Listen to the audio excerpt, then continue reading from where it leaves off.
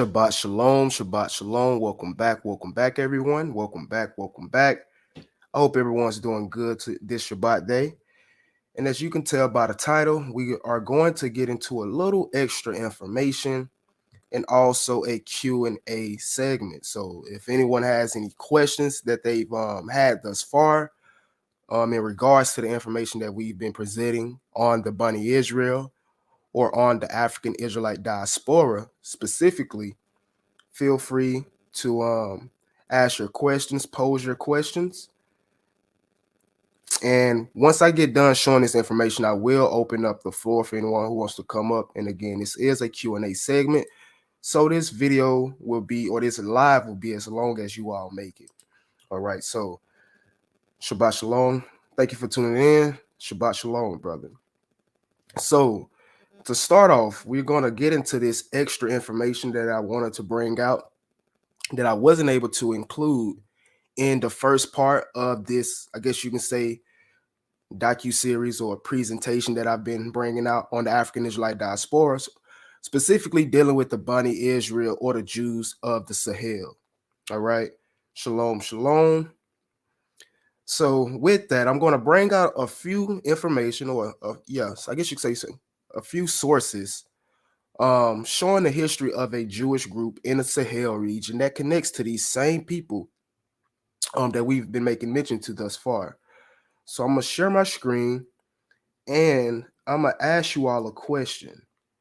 Does anyone know about the Dagatum Jews? All right. That's where we're going to bring information out on real quick. Does anyone have any idea of a people known as the Dagatum? All right. So who were the Dagatum? I'm going to ask again. Who were the Dagatum? To find out this information, we will be looking at the Jewish Encyclopedia, specifically the 12th volume. All right. And you see the information right here for the source. And the earliest person to mention the Dagatum actually is Rabbi Mordecai Abi Sarur. And this is him right here to the left. He was a rabbi and a traveler from Morocco, and he traveled and met these Dagatum Jews, and we're going to read exactly what he said about them, because again, it's not a lot of information about these specific Jews of the Sahel, but again, I'm going to try to bring out some good information on them to identify them with a people today. So in this book, it says that the Dagatum are a nomadic tribe of Jewish origin living in the region of Timid in the oasis of Tuat in the Moroccan Sahara. All right. So up in this region right here is where they originally were. So let's continue to read. An announcement of the Dagatum was first given by R. Mordecai Abi Sorur of Akka, Morocco, who in 1857 journeyed through the Sahara to Timbuktu, and whose account of his travels was published in the Bulletin de la Société de Géographique. It goes on to say, according to R. Mordecai, the Dagatum live in tents and resemble the Berbers and Tuaregs, among whom they live, in language, religion, and general customs. They are fairer in complexion than the generality of the African Jews, and are still conscious of their origin. They are subject to the Tuaregs, who they do not intermarry with them. It goes on to say that Art Mordecai is an authority for the statement that their settlements in the Sahara dates back to the end of the 7th century, when Abi al-Malik ascended the throne and pushed his conquest as far as Morocco. So we see so far, this is kind of going with the information that we've read over so far, of Jews being in the north, Jews being amongst the Tuaregs and the Berbers, and even Jews being expelled from Morocco during these times, especially the 7th century. It goes on to say that at Timid, he tried to convert the inhabitants to Islam, and as the Jews offered great resistance, he exiled them to the desert of Hajjaj, as he did also the Tuaregs, whom he had only partially accepted Islam. So these Dagatum Jews, as well as the Tuaregs and even some Berbers from those areas, were exiled to the south, to the desert. It goes on to say, cut off from any connection with their brethren, these Jews in the Sahara gradually lost their Jewish practices and became nominally Muslims or Mohammedans. These statements of our Mordecai evidently rest upon some foundation. The Arabs driven to Hajjaj are to be identified with the Macharja mentioned by Aaron B. Bari. It goes on to say, among who a few Jews are still said to dwell. Now, it goes on to say that V.J. Hortridge also speaks of many free tribes in the desert regions who are Jews by race, but who, but who have gradually thrown off Jewish customs and have apparently accepted Islam. So again, this is going over some things we've reviewed already about these Jews in this Sahel region being converted to Islam and even accepted Islam. Now, amongst those tribes were also the Dagatum, and they were said to number several thousands and are scattered over several oases in the Sahara, even as far as the river the Libya or Niger. All right, so these Jews were scattered among the Niger River, and we're going to see exactly where they were. So we see that the Niger River really goes from Sierra Leone all the way through Nigeria, or all the way to Nigeria, through places like Mali and even Niger, and even parts of Benin. He goes on to say, he says also that they were very warlike and in constant conflict with the Tuaregs. According to Horwich, the Machargra mentioned above are also to be reckoned as one of these Jewish tribes. All right, so these Dagatum were eventually up here in Timat and Tuat in southern Morocco, or that's actually, I guess you could say northern Morocco, and they were pushed south down near the Niger River. All right, according to the information we just read, and according to Rabbi Mordecai Suri. So, what will be the best way to find these peoples? I believe looking into the surnames of the Dagatum could be a good way in locating these people. And if we go to the book or the source Judaic Threads in West African Tapestry, No More Forever, it mentions something very interesting. It says in 1997, a news report from Timbuktu announced the creation of the Association of Timbuktunit des Amit Vek La Mandi Israelite, or the Zakor. It says the press release also noted that, according to many sources, the descendants of Malayan Jews carry the names Tori, Haidara, or Daga, an affirmation of identity that recalls Mordecai Abi Saru's account of the Dagatum. So you actually have Jews in Mali, or Malayan Jews, who carry certain surnames that link them back to those Dagatum tribes that we just read about. And those surnames are Tari, Haidara, and also Daga. So let's look into some of those surnames because we can, pinpoint these down to some people. So where does the last name Haidara come from? And this is according to forebears.com. It says that the last name Haidara is found in Mali more than any country or territory. It can occur in the variant forms Haidara, etc., etc., etc. It says the surname is the 4,650th most commonly used family name worldwide. It is held by approximately 1 in 60,000 people.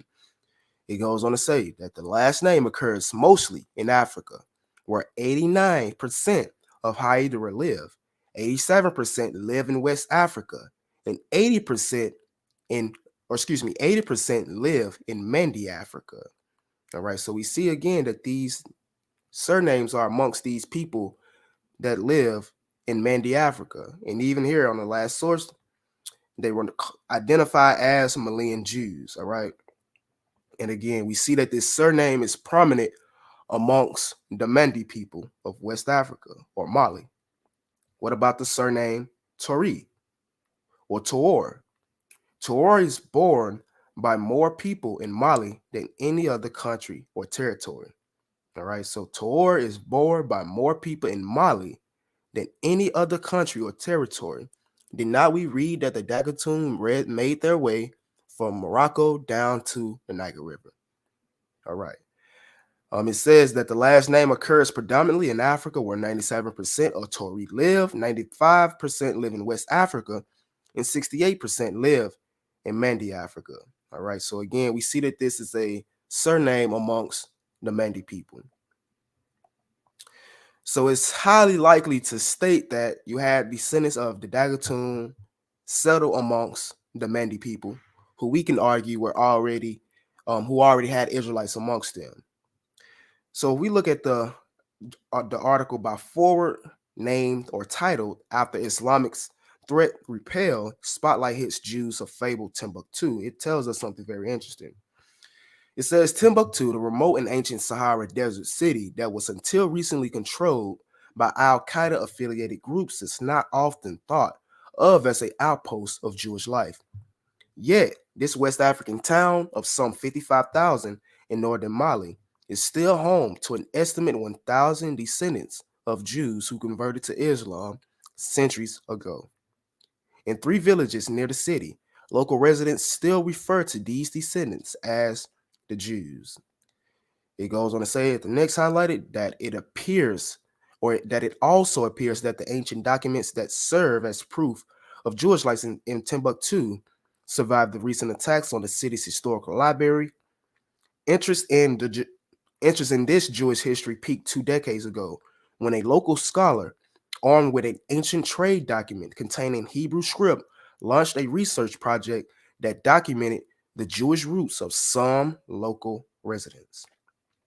This ignited a search for the identity among these individuals and brought a degree of international attention for their existence. But manual disappointment followed amid disputes over financial aid from Jews overseas. Activists on both sides have since given up on reconnecting residents of Timbuktu to their Jewish roots, but we have the surnames of them. Even right here, it says that Timbuktu's short-lived revival as a remote center of Jewish interest cannot be attributed almost completely to the work of one historian, Ishmael Daibi Haidara. So even this brother has the surname of a Dagatum, or of the Dagatum Jews.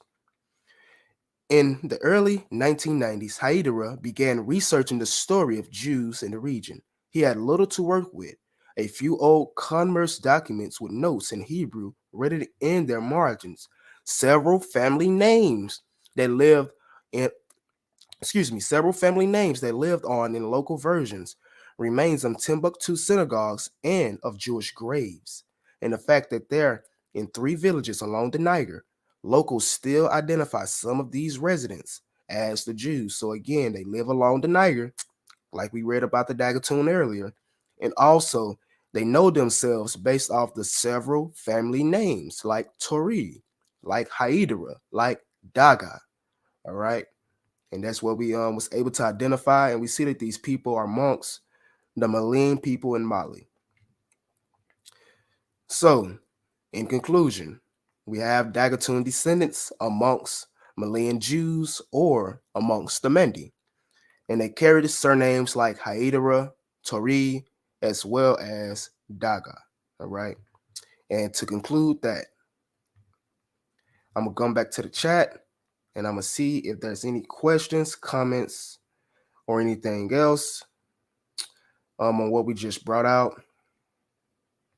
I'm gonna drop the link in the chat.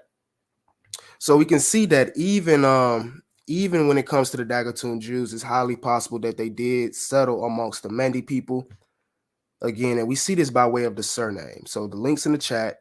I'm gonna try to catch up. Any questions, comments, or anything before we get started, or before we move into the next segment of this history, we're going to be dealing with Ghana. All right, we're going to move into Ghana. We dealt with the Sahel, with the Mandi people. We basically dealt with territories like southern Morocco, southern Mauritania, Ghana, or excuse me, Mali, and Senegal. So the whole Sahel region is what we dealt with thus far, and we will be moving on to the territories of Ghana. All right. Right, so I see a lot of people never heard of the Dagatum. Yeah. yeah, it's not a lot of information out on them, but I do know you have Algerian Jews who claim descent from the Dagatum. So I just wanted to show, shed light on the Dagatum descendants that made their way into the Niger, all right, and settled amongst the Mende people. Again, the Mende people have these surnames, or some. I'm not saying all, but some Mende families descend from these Dagatum. Exactly, exactly, exactly. And even once we have people from those territories, come back and watch this video, they will come in and confirm, like, yeah, that we do have a lot of people in this area or in West Africa with this surname. Yes, I do have information on the Tukulur and the Seri tribes. If you go watch the video dealing with, actually just go watch Bunny is, excuse me, which one is it? Let me look real quick. I don't want to misguide you, but I do have one. I believe it's actually the first video in the African Israelite diaspora. I talked about these locations and those peoples.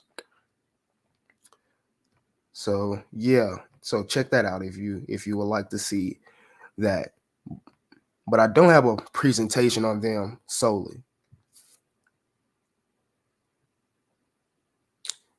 Right, right, exactly. Exactly.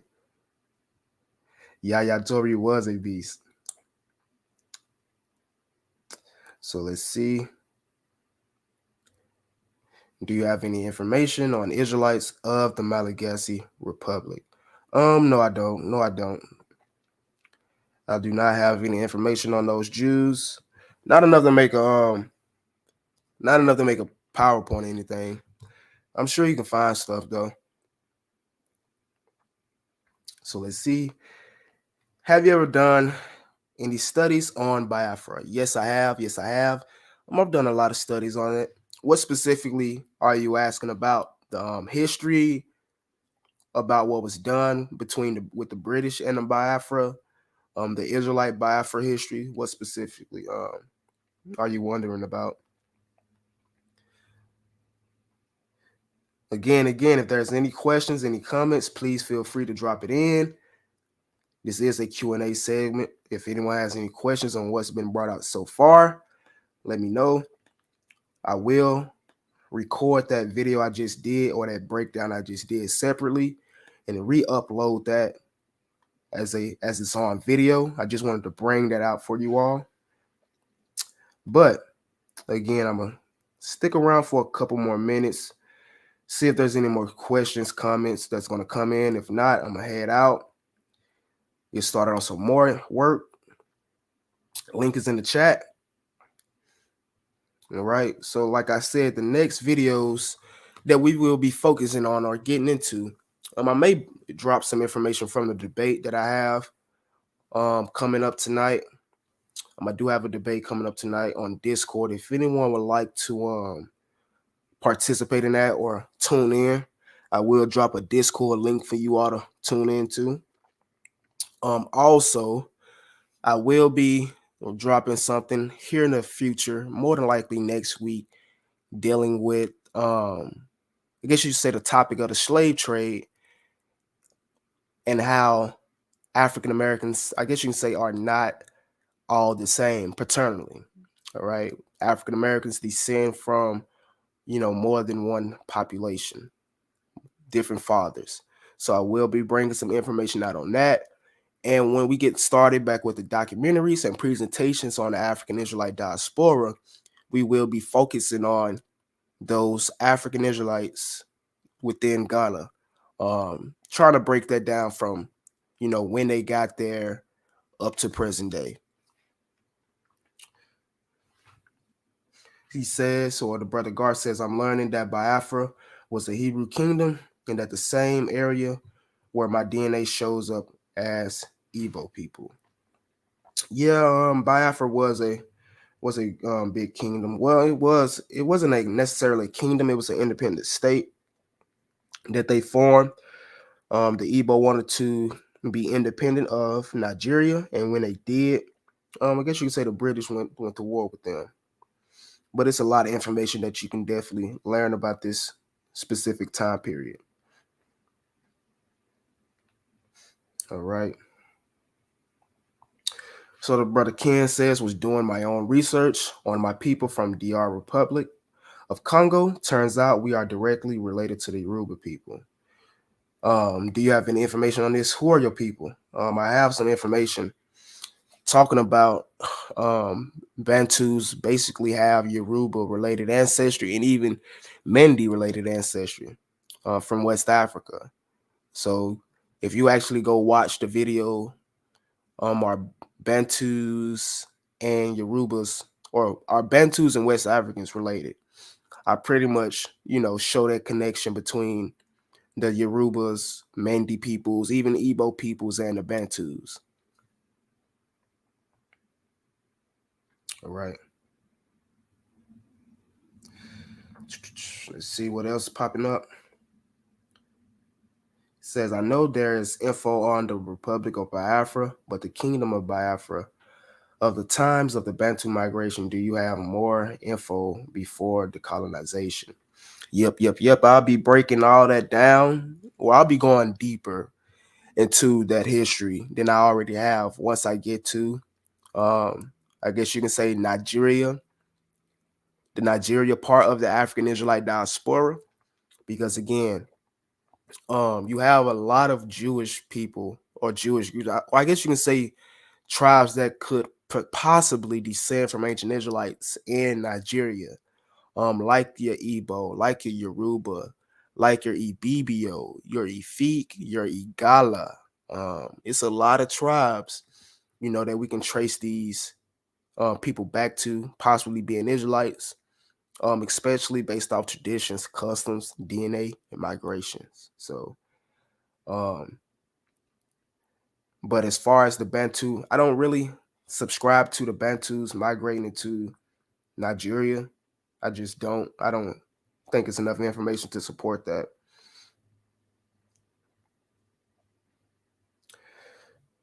But they probably migrated into Cameroon.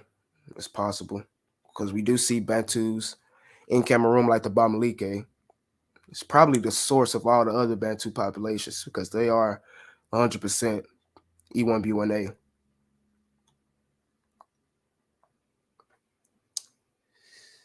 Yeah, the brother asks or says, doesn't Mindy sound like the Meads River? I guess you can say it does. Yes, you can say it does.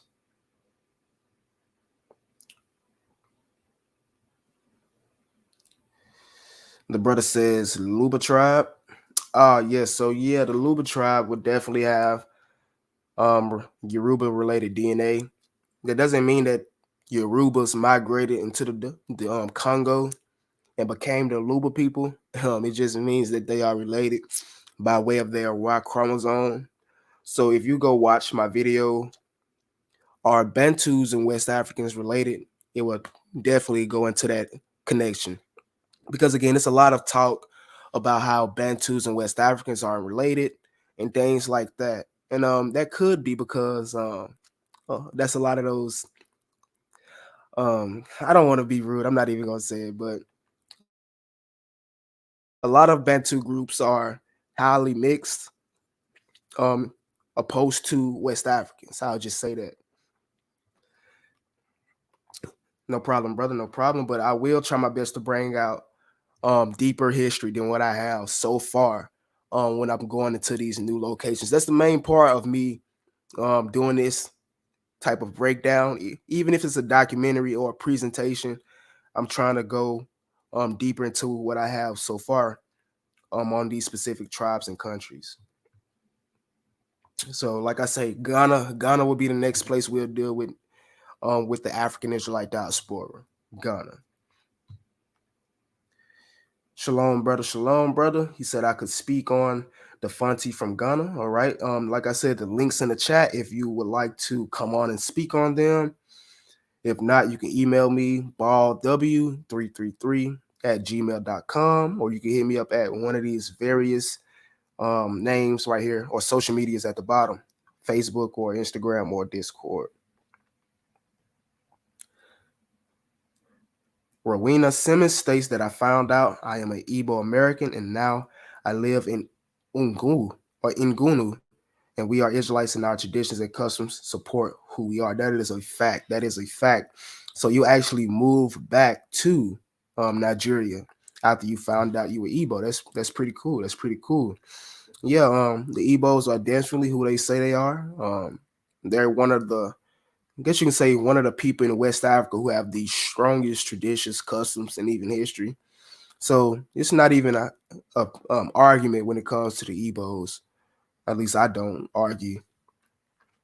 It's pretty much solid in my beliefs. That's interesting. Okay, I didn't know that. Thank you for that. I didn't know that. I definitely didn't know that. Appreciate that, Miriam. Yeah, so Nigeria and Cameroon used to be a border, so that's where it is tricky, and Biafra seems to be Western Cameroon. Yeah, it is. That's possible. It's possible. Especially when you look at the map of Biafra and where it was situated. The brother says the Northeast Bantu tribe, Nandi, are 100% E1B1A. I've never heard of the Nandi Bantu tribe. That's interesting. May have to look into them. Like I say, the only Bantu tribe I knew that was 100% E1B1A were the Bamalike, all right, in Nigeria. Excuse me, in Cameroon. I'm trying to look for the Nandi tribe now. If I can find anything about them while we on here, that'll be interesting. But again, if anyone has any questions, continue to drop them in for me. Let's see. So the Nandi of Congo. All right, so they live in the Congo, actually. Interesting. So yeah, I'll definitely look into their genome. It'll be interesting to see a Bantu group with 100% E3A outside of Cameroon.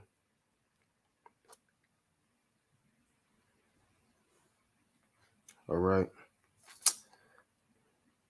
So I see no questions. I see no comments. Thank you all for tuning in today. Just be on the lookout for more information. In the future, y'all willing, we will have something out next Shabbat for you all. One last question. Do you know anything about the Bisa people of Burkina Faso? Yes, yes, yes. If you actually go to well, let me just show it real quick. I do have information. They are considered Mandi. All right. So the videos I've been doing so far on the Bani Israel, like the Bafour, the Saniki, the Dan, and the Bambara, the Bisa are actually related to those. All right. So the Bisa would be Mandi as well. And they more than likely was a part of that Bani Israel community. The Bisa were originally in the kingdom of Ghana. And of course, they didn't branch off and go to they didn't branch off and go to Burkina Faso until after the fall of Ghana. They have the same ancestor by the name of Dinga. I'm trying to find out see what exact video is under so I don't misguide you. 1 second. Because again, I've brought out information on the Bisa. They're actually known as the Bisa Dan. All right.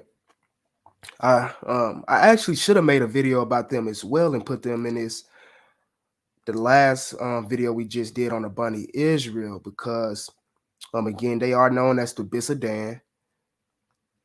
They do have a lot of people with the surname Dan. Even some of their kings had the surname of Dan and Ephraim. I'm trying to see which video exactly it was I did with the Bisa Dan. I know it was a Mandy video. I'm trying to figure out if it's part 1 or 2. So give me a second.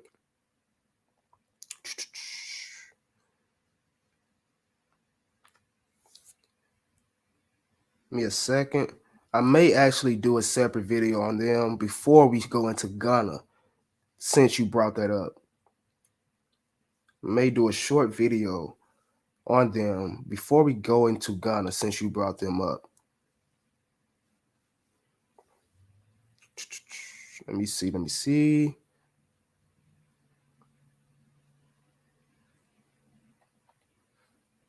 Yeah, so if you just go and check out my Man the Israelite video, part 1, I have information on them in there. All right. I may also have sources that I can pull up real quick. We'll see. Says, I am Bantu, Bubi Tikar, L3E2. Is that your mtDNA L3E2? And where is the Bubi Tikar tribe located? The Tokalur people actually may be a conglomerate of people from what I have or from what I've researched. They seem to be a mix of Bambara. They seem to be a mix of Fulani and also Saniki. So it's highly possible that they do have Israelites amongst them. There was supposed to be a, I guess you could say, Tulkalor Jewish kingdom, I believe in Senegambia or Senegal. But again, they are made up of a lot of people. All right. So I would say that it's possible that some descend from Israelites. I wouldn't say all. I actually have a genetic paper that goes into the genetic breakdown of all those peoples in Senegal. So I might actually review that one day as well. Let's see. Brother asked, are most West Africa of today Israelites? I wouldn't say most. I would say some are. A lot are. To name a few from my research, tribes in West Africa who would have Israelite connections would be tribes like your Mandi, your Saniki, your guess you can say your Igbo, your Yorubas, your Ewe, your Akan, your Gadambe, tribes in Morocco, tribes in Mauritania. I wouldn't say everyone is Israelites though. No. But you do have a lot of Israelites in West Africa. Remember that. You do have a lot of Israelites in West Africa, but not everyone in West Africa are Israelites. You also can look at it from a genetic stance to answer that question. So definitely not. But I want to show some love to my brother real quick. The brother Neri Yahoo, he posted some information on the Bissa in the group chat, and I'm gonna show that to you real quick for the brother who asked about the Bissa. I'm gonna share this real quick, just to show that they do have a connection to these Bani Israel tribes of the Sahel. Let me show my whole screen. So right here, we have a source that says the Bissa people in the Ghana Empire. The Bissa is said to be one of the oldest ethnic groups in the old Ghana Empire. Again, they are from the old Ghana Empire before they went to Burkina Faso.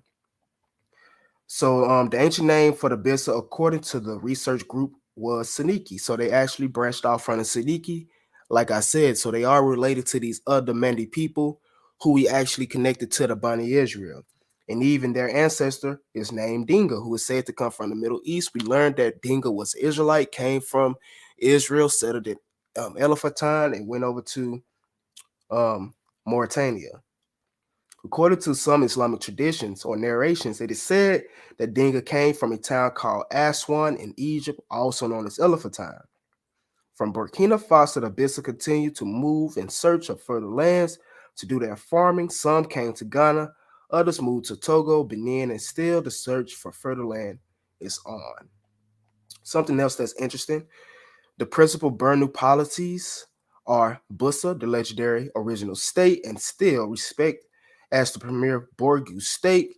So this is talking about the states of the Bissa, and it goes on to mention that some of their titles or king's names or ruler names of the Bissa people were names like Dan, Jabrim Dan, all right, and even Toro, and even Jabrim right here. And that could be translated as Yabrim or Ibrahim. And even we have right here Jeremiah or Jeremiah, Bussa or Bissa. So they have, pretty cool, surnames like Dan and other surnames that we can connect back to Hebrew transliterations. Let's see what else you got right here. Yeah, so that's a little information on the Dan people, connected them back to those tribes that we've been talking about already, brother.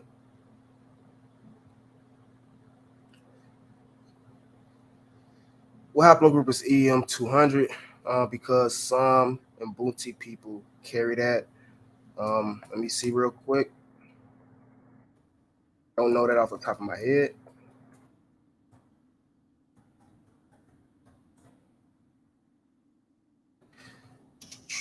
I believe it's AM2 though, if I'm not mistaken.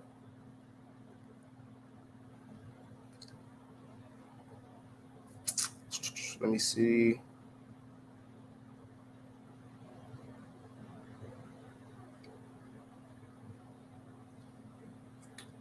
Yeah, I believe it's EM2. That's what it's looking like.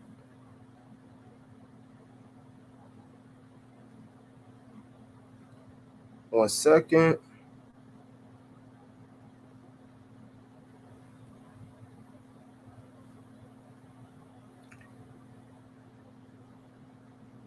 Trying to find what exactly it is. Because its parent branch is ECTS 358. But what does that come from? Yeah, that's E1B1A.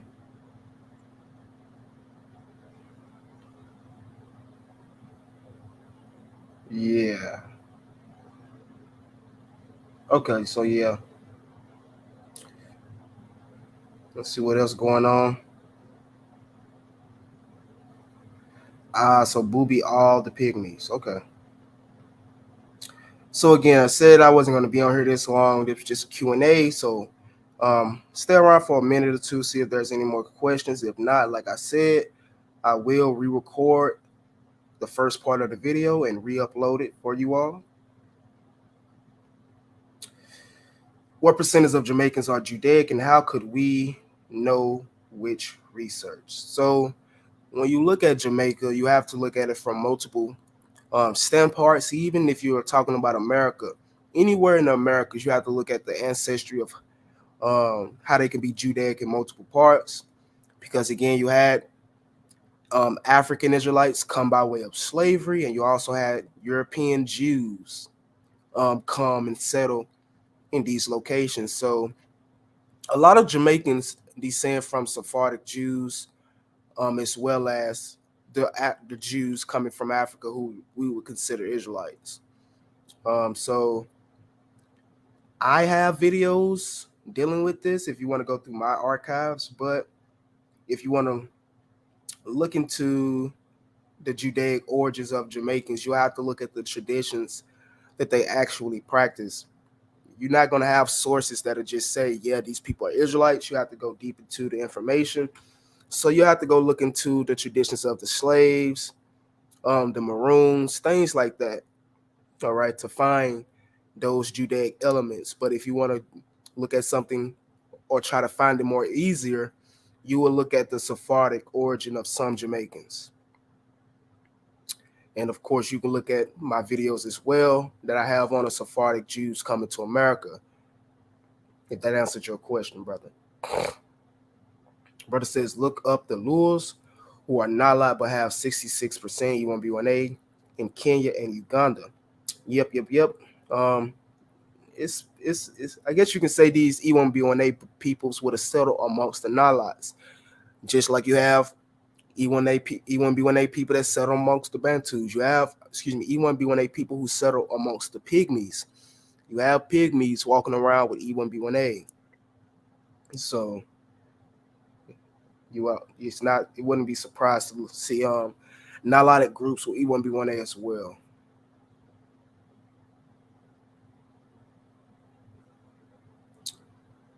So again, stay around for about 1-2 more minutes. Any more questions come in? All right. But again, stay tuned for the information coming out in the near future. Y'all willing, next week we will have a presentation for you already, or a video.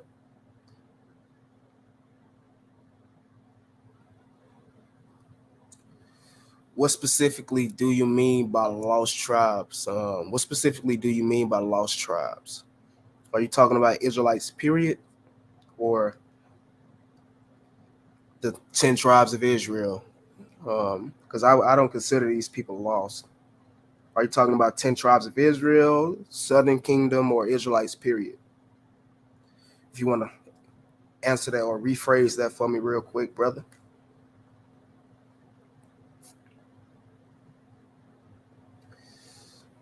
Nope, I do not believe all Bantus are Israel. You have Bantus that descend from pygmies. No, they are not Israel. All right, I do not believe all Bantus are Israel.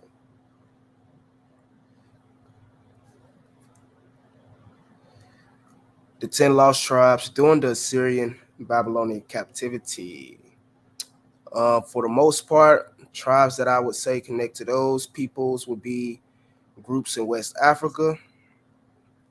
Um, I really just brought this out in the beginning presentation, or the first documentary that I dropped dealing with the African Israelite diaspora.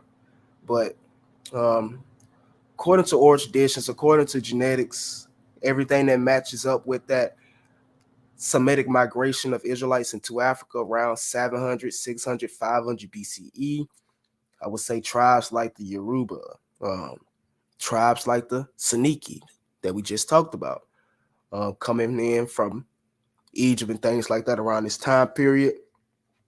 Tribes like maybe the Gas of Ghana, maybe more than likely they would have came in from that exile, as we will see next week, more than likely. Um, I don't know every single Israelite tribe, but yeah, we also would have the Igbos more than likely, who would be a part of that diaspora as well, according to their oral traditions. Um, who else we have? So yeah, I would say the Yorubas, Igbos, Saniki slash Mendi, and even maybe some Bantu tribes that went into the Congo and Central Africa. And of course the Gadambes again of Ghana.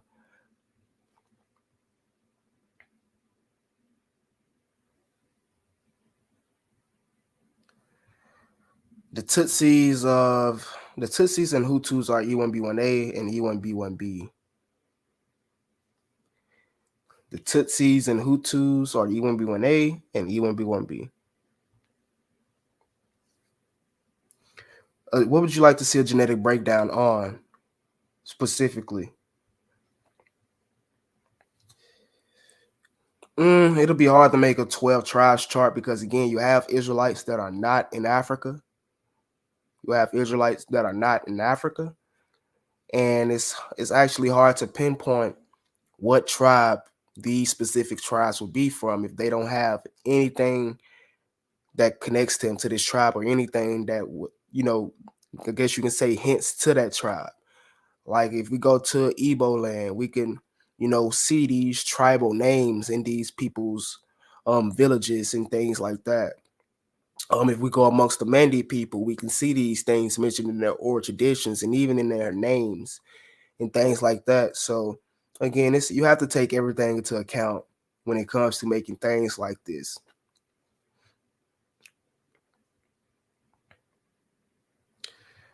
Are Dagaton and Dangola people the same? Nope.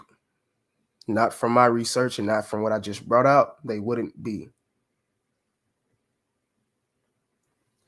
Would Igbos migrate to West Africa before the Assyrian captivity? Yes. The Igbos have multiple migration routes, migratory events rather.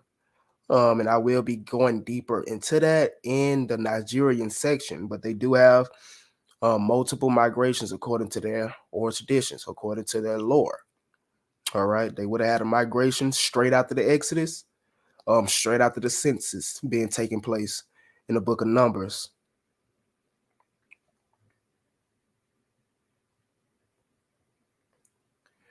Yep, it's highly possible you have descendants of Naphtali in Africa. It's highly possible. It's highly possible. But I don't even know who the Dongala people are, to be honest. So guess I'll look into them or look at them real quick, but more than likely no. Um, I heard some people saying that the Dagatum people are the Dogon. So it's a lot of doctrines going on about things.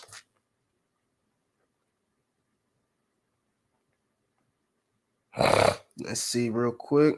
I'm trying to search this name that the brother just said, Dungala. Let's see. Dungala tribe.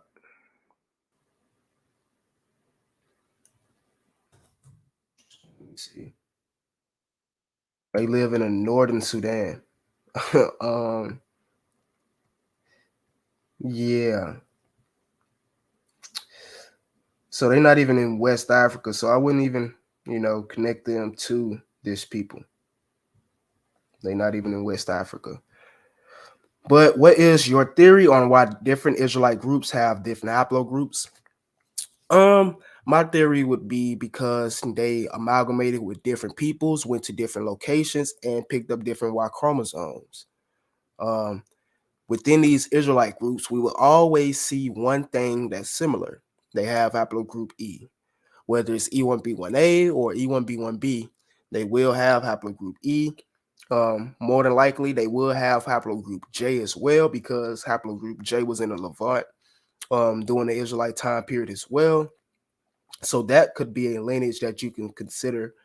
I guess you can say that cleaved on to the nation. But to answer your question, I'll re-say it. Israelites will have different haplogroups, or different Israelite groups will have different haplogroups because they settled amongst different peoples. They went into different locations, and different Y chromosomes got put into the population.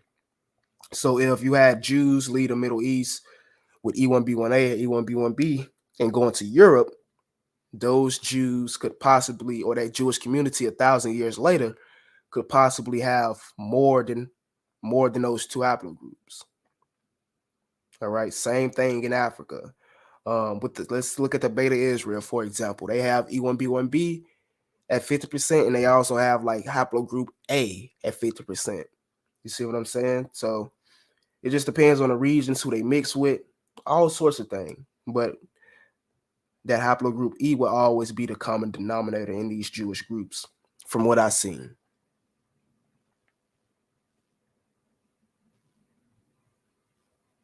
Correct. Many Israelites belong to multiple tribes of Israel. That is true. That is true. I'm actually waiting on some more information. That's why I'm really doing a Nigerian video or breakdown later, because I'm actually in the I'm waiting on some information to come in so I can do more research on this very same idea when it comes to the Yoruba. When it comes to the Yoruba, they may have multiple tribes amongst them as well. I do believe indeed the Yoruba are Israelites. Yep, I know some camps say Naphtali are Samoans and Fijians or whatever that is, Fijians. But that's not true. It's not true. These people have no connection to the Levant, Africa, or anywhere surrounding. They've been isolated on those islands for a while. They literally have their own distinct haplogroup or mutations. All right.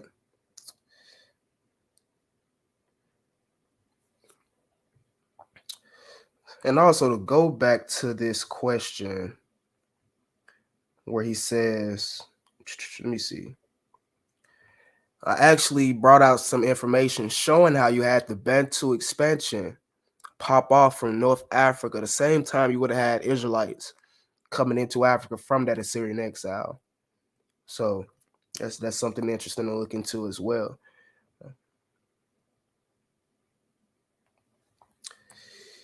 Yep, we understand this, brother. The YY chromosome or the Y chromosome does not change unless mutation And even with a mutation, it doesn't change. It's still the same Y chromosome, just another leg, letter, alphabet, mutation, whatever you want to call it. So your haplogroup cannot go from E1B1A to G. All right. If it was a mutation, in order to go from E1B1A to E1B1A1, for example. So yeah, we understand that.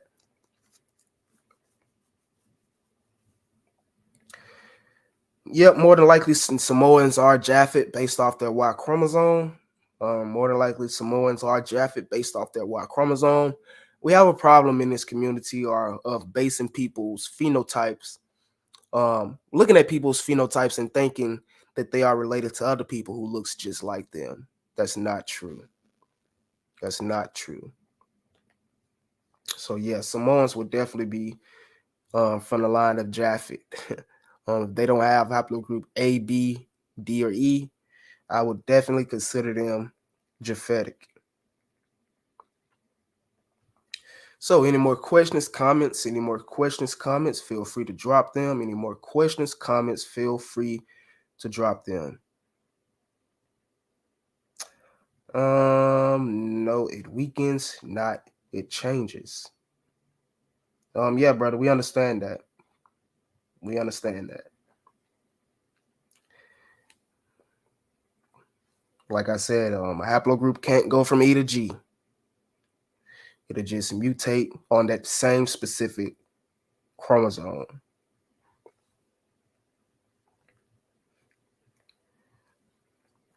Again, so any questions? Any questions? It's the last go round, the last couple minutes. I'm gonna wind it down. Any questions on the African Israelite diaspora? Any questions on Jews in the Sahel? Any questions on the Balfour? Any questions on the Saniki? Any questions on the Mendi? All right. Any questions on the Dan? Any questions on the Bambara? Any questions on the history of Eldad the Danite? Any questions on anything I've brought out thus far surrounding the African Israelite diaspora? Now's the time to answer or ask.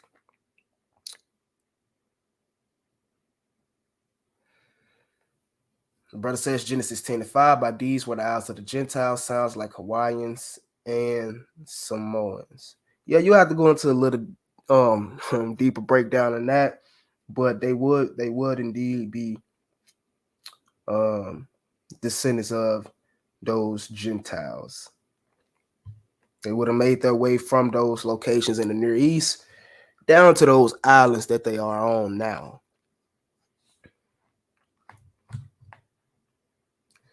Why do mutations occur even within the same reason or regions?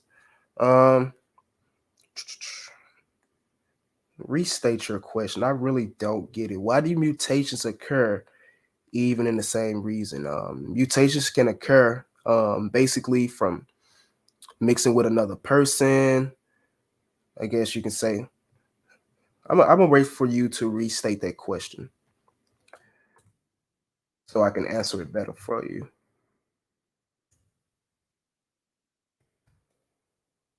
So restate your question for me, brother, and I will try to answer that better.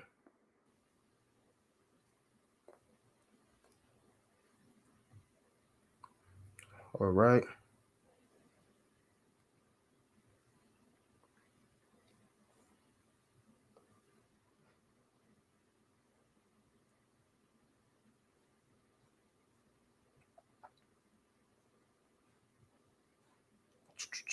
Let's see. So, what do you think, or what do you think Islam? What do you mean? What do I think Islam, brother? What do I think about Islam? Yeah. I guess you could say add more detail to your question, brother. Add more detail to your question. What's your take on people saying America is Israel because Shem's land is neither hot nor cold? There's no historical proof that America is Israel. I don't really guess you can say worry about what people say when I know it's buffoonery. There's no archaeological proof that America is Israel. There's no archaeological proof that West Africa, Ethiopia, Congo, My Bantu brothers, where you at? Y'all always commenting on my videos talking about Congo is Israel. Now's your time to come up here and show the evidence. There's no evidence whatsoever that Israel is anywhere other than the Levant. Only one nation has Asiatic hair, woolly. Some of the Samoans are of African descent. It be so Ham or Shem. Nah, brother. You basing someone's descent off of hair is, laughable. We can't do that. We can't do that. Look into their genome. Do they have any genetic connections to Africans, brother?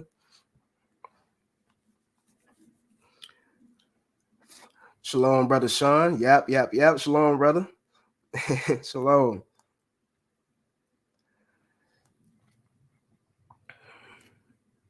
The brother says, yeah, many Bantus are mixed and much lower E1B1A haplogroups because intermarrying with the indigenous peoples of those areas. And that's why I really think, Bantus say that, Israel is in Congo, because they talking about that pygmy. They trying to equate that to that pygmy or tradition, not, that E1B1A. But yeah, a lot of Bantus do descend from pygmies and things like that, and vice versa. You have pygmies with Bantu ancestry.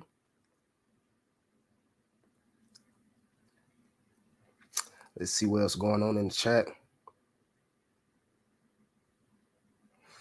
Yeah, brother says, I think some people say Israel is in other places so they don't feel left out, the Holy Land. Yeah, a lot of people say Israel is in a lot of or in other places because they see white people in the Middle East. You see what I'm saying?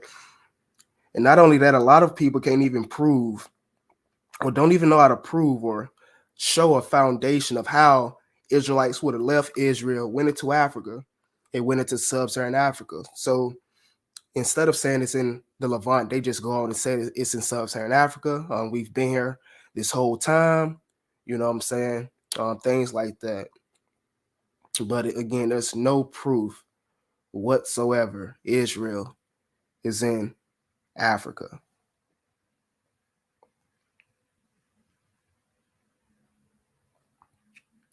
So let's see. He says the genetic breakdown of many tribes in sub-Saharan Africa. It's actually genetic papers that you can read on about that. I'm going into that. Even if you just Google Y chromosomes of sub-Saharan Africa, you will see the genetic breakdowns of these tribes in sub-Saharan Africa. Various East, West, and South African tribes. You can see the genetic breakdown of them. People in Chad, Congo, Ethiopia, etc.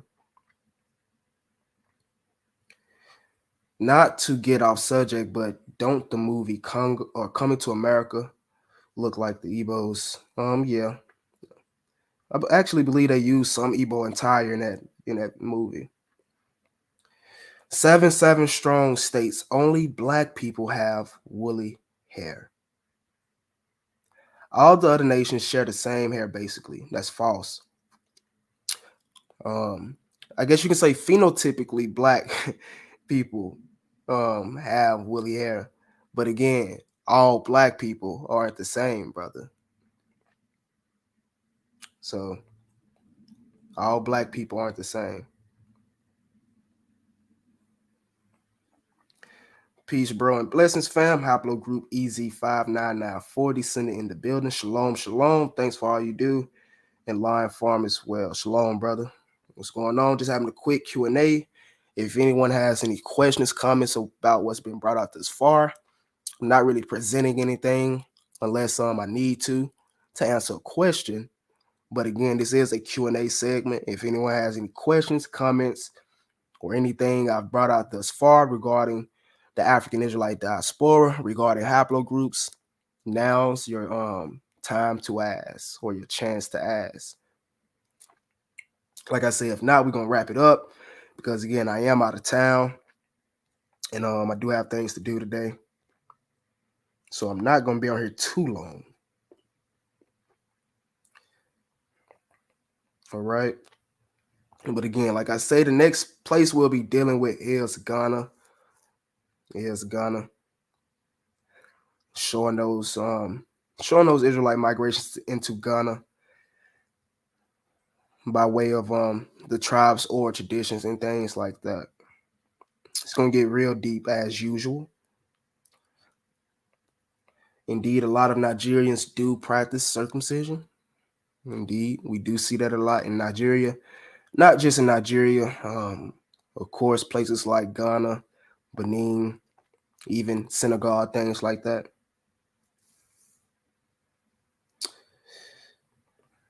What do you mean show and prove? And matter of fact, here's the link. You get up here and show and prove that. I guess you can just come on, click the link. There you go. We know that all black people do not descend from the same, people. You have black people with woolly hair that descend from Japhet, brother, or that descend from Europeans. Not that there's anything wrong with that, but you have black people with woolly hair that descend from Europeans. So, would they still be black according to you? I guess they would phenotypically, but when people claim the geographical or geography of Israel, you could use the Torah. It explains the it's from the Nile to the Euphrates. Oh yeah, it does definitely state that the territories were from the Nile to the Euphrates, or to the Euphrates, the Promised Land specifically. That's a good point, actually. The Torah does say that. But even with that, the Bantu brothers, they love to use the verse, Abraham went south. The scripture said that Abraham went south. Yada, yada, yada, yada. Things like that. When really, if you go into the scripture, you go into the Torah, you go into the concordance, it's telling you that he went towards the Negev, not Congo. And then even if Israel was in Congo, we have to show the Syrians, the Babylonians, all these different cultures, all these different nations coming and occupying the land of Congo. We have to show, the evidence of the Assyrian siege ramp being in Congo. You know what I'm saying? Because the scriptures tell us, the Assyrians used ramps to go and siege the city. We didn't find those in the Congo. We found those in Israel. So I know it's people in here right now that believe Israel is in Africa. So now's your time to speak up. My Ganja or Guan. I remember that. I know about the Guan / Mandinka tribe. Does circumcise on the 8th day like the Jews of the book. So yeah, we definitely know about the Mandinka as well. They do circumcision. Actually, if you go check out the Bunny Israel videos I just did, breaking down the Saniki, Bambara tribes, they actually are related to the Mandinka. So they would share those traditions, definitely. Yes, a lot of EM2 carriers, African Americans, do descend from Ramses III. And even with that, I had a brother try to tell me that African Americans are Hamites or Egyptians because of this, which is laughable. Do you believe Limbo are Levites, let alone Israelites, although over 50% are J? They more than likely are Israelites. They would have been coming from the Levant. Like I said earlier, you did have haplogroup J in the Levant during the time of the Israelites. So that could have been a lineage that got picked up amongst the Israelite group. So you could have had, Israelites migrating, specifically the Limba. When it comes to their story, you could have had those E and J groups migrating together into where they are now, Zimbabwe. But I don't believe they Levites. No. But I do believe their narrative is so.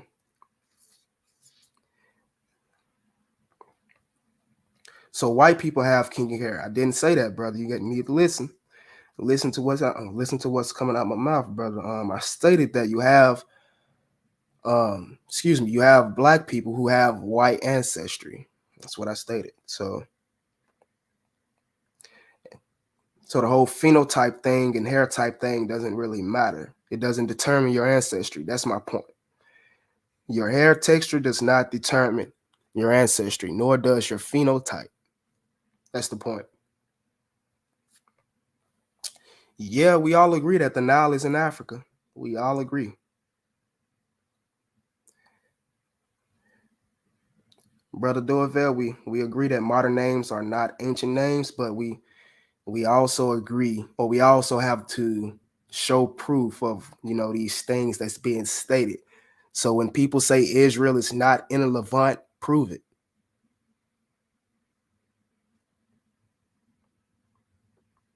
If Israel is in the Congo, then a temple would be there. Thank you. If Israel is in the Congo, we wouldn't be finding all these archaeological artifacts in Israel. The Assyrians didn't say they went to Congo, right? The Assyrians didn't say they went to Ethiopia, right? These people told us where they went.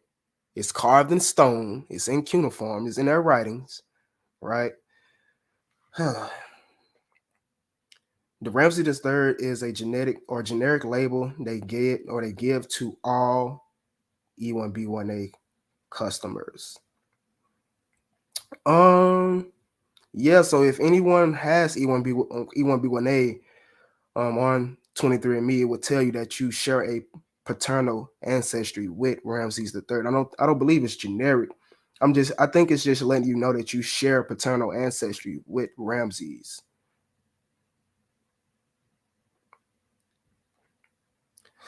Peace and blessings, peace and blessings.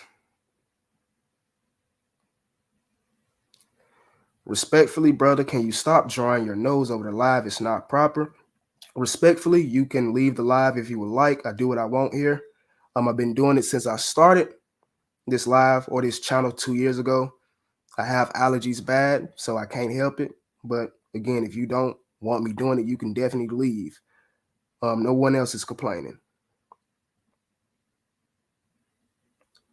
Phenotype doesn't matter, but family nation typically have similarities. That's correct. Yeah, I've definitely heard of those brothers. I'm not gonna speak on, but yes, I've heard of them. Brother, I don't care where Olympia is. I'm not worried about Olympia. Where's Israel? Where's that? Where's Israel? It's not in Africa. I'm willing to debate anyone on this live. The brother says absence of evidence is not evidence of absence.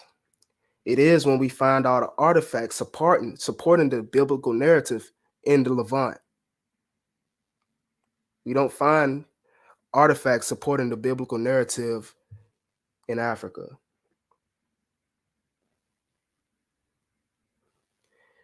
Again, you can leave. All right? You can definitely leave. I have manners, but you can definitely leave. If you feel like I'm being nasty or disgusting or I need to learn manners, you can definitely leave. Again, this is just a Q&A. This is not a presentation. All right? This is not a breakdown. This is me talking, having a Q&A segment with my followers. So, again, you can leave.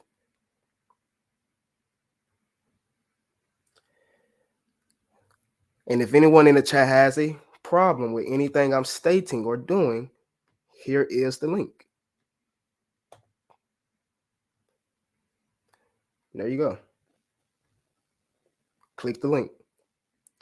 Again, this is a Q&A segment, not a manner class. The brother Don Venti states that this may be out of topic, but how do you think the scattered would be brought back to the Holy Land? I don't really like to talk about my biblical understanding online, but if there was to be a I guess you could say Israelite migration of the scattered back to the Holy Land, more than likely it would happen in different waves. From my point of view, it may happen over different ways. different waves over a period of time. You might have certain Jews coming back or returning from Africa at a certain period. You might have a certain amount of Jews returning from America at a certain period. That's just what I believe.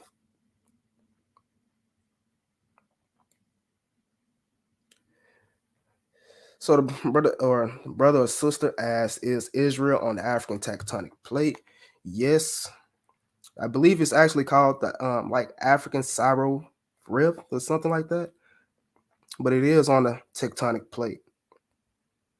You I guess you could consider Israel Northeast Africa, but it's still where it is. It wouldn't make it in sub-Saharan Africa. It wouldn't make it Ethiopia. It wouldn't make it Congo. It would still be Northeast Africa, the Levant, right? Exactly, exactly, brother. Definitely dilettantes. It's not that serious. And even if you can hear my voice, you can literally hear that my throat is definitely clogged now. So, like I say, it's not a presentation. It's not a breakdown. It's a Q&A. The brother says, if I find something somewhere does not mean that it is its origin, migration, and war. Brother, again, where did the Assyrians say they went?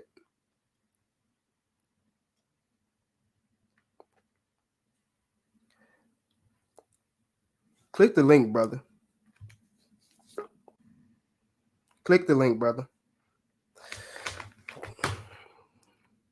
Because I feel like you believe Israel is in sub-Saharan Africa, and you can come show the evidence. We got the brother Second Exodus in the building. Shalom. Shalom, shalom, grace and peace. Shalom, brother. What's going on? I got a quick question. I was watching one of Teo's lives, I guess a few days ago, and they raise a kind of valid point when it comes down to haplogroups and how we separate it. So, how would you? It's going to be difficult because how would you explain the split between Shem, Ham, and Japheth with haplogroups A, B, D, E, C, T, dash F? Did everybody have the same haplogroup and they developed the mutations independently? Yep, from what I believe, my studies, they would have these same haplogroups, and eventually, as those sons or descendants migrated off into their separate lands, they would eventually mutate it off into these clades that we see amongst them today, or that we see today. So if I can summarize that, Ham, Shem, Japheth, for example, would have haplogroup A, all of them. They will have to And have the same haplogroup. right. And if Ham has haplogroup A and he stays in the continent of Africa, Japheth has haplogroup. I'm just using an example for simplification. Shem has haplogroup A, but he's in the Northeast Africa, Arabia, and the Levant. And Japheth has haplogroup A, but he's living in Europe and Asia. And those sons continue to have sons, but they develop special mutations among their groups and their areas. Is that what you're saying? Yeah, that's what I would say. They Because some of start off at the same haplogroup, and eventually those sons, like you just said, they will eventually mutate into their respective clades. because the way the scientists make it sound like is that haplogroup A and haplogroup A was first, and then those carrying haplogroup A had a mutation and became haplogroup B, and then somebody from haplogroup B had a mutation and became haplogroup C, and it just keep going on that way. Is that the confusing part? Is that what's throwing everybody off? Yeah, it has to be what's throwing them off. When it comes to Tay on them, I don't really worry about what they say. They literally just mad because they have a haplogroup that doesn't go back to West and Central Africans, so they have to, throw out everything, throw out every narrative to get people off the haplogroup conversation. Um, no matter what they say, you only get your haplogroup from your father. It cannot change. So whatever haplogroup you have, that's your origin, right? So if that answers your question. Yeah, that answers my question.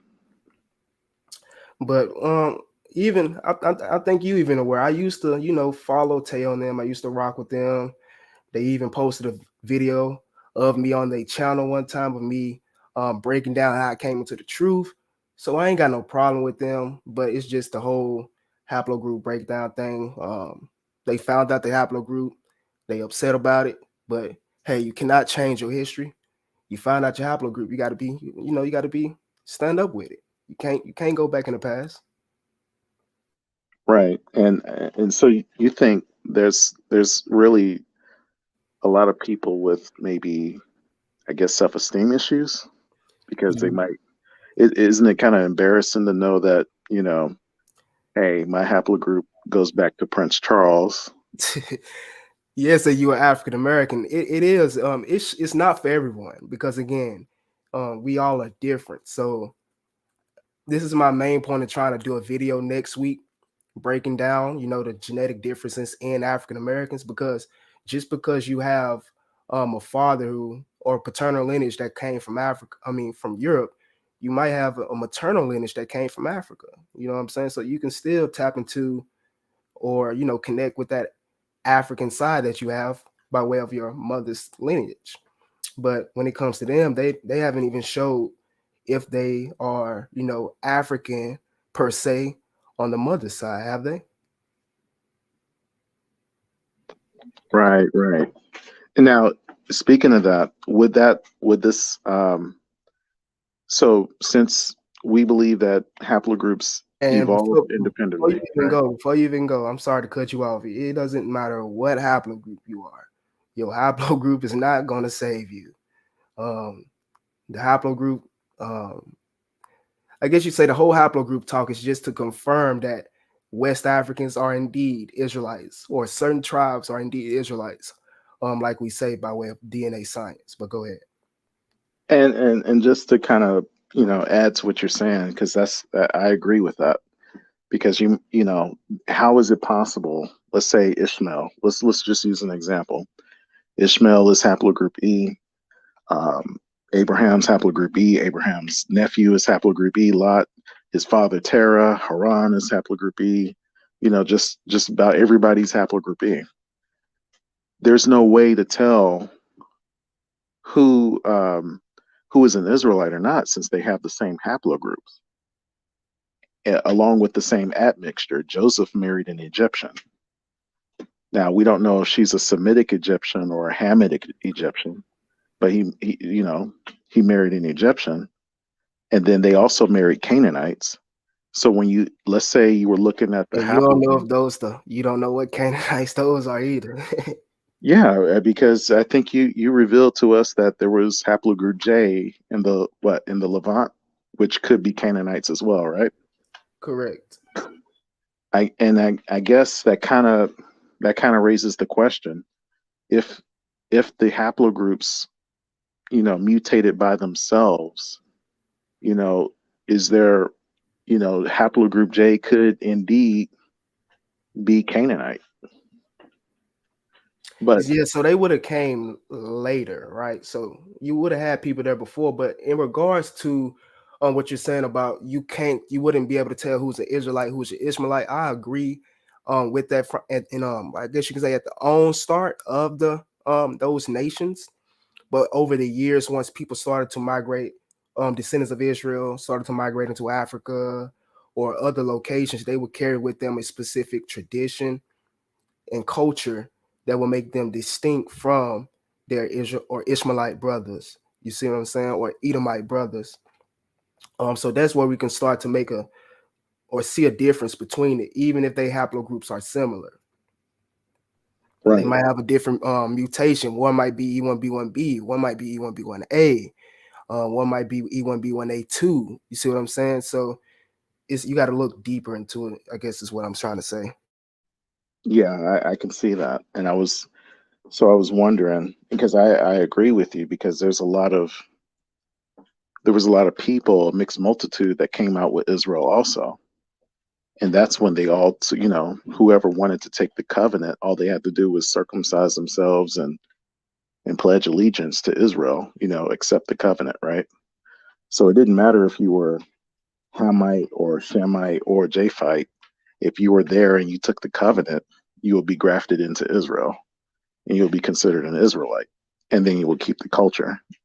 So those curses would apply to uh, those people just as much it will apply to, any other Israelite. Is that correct?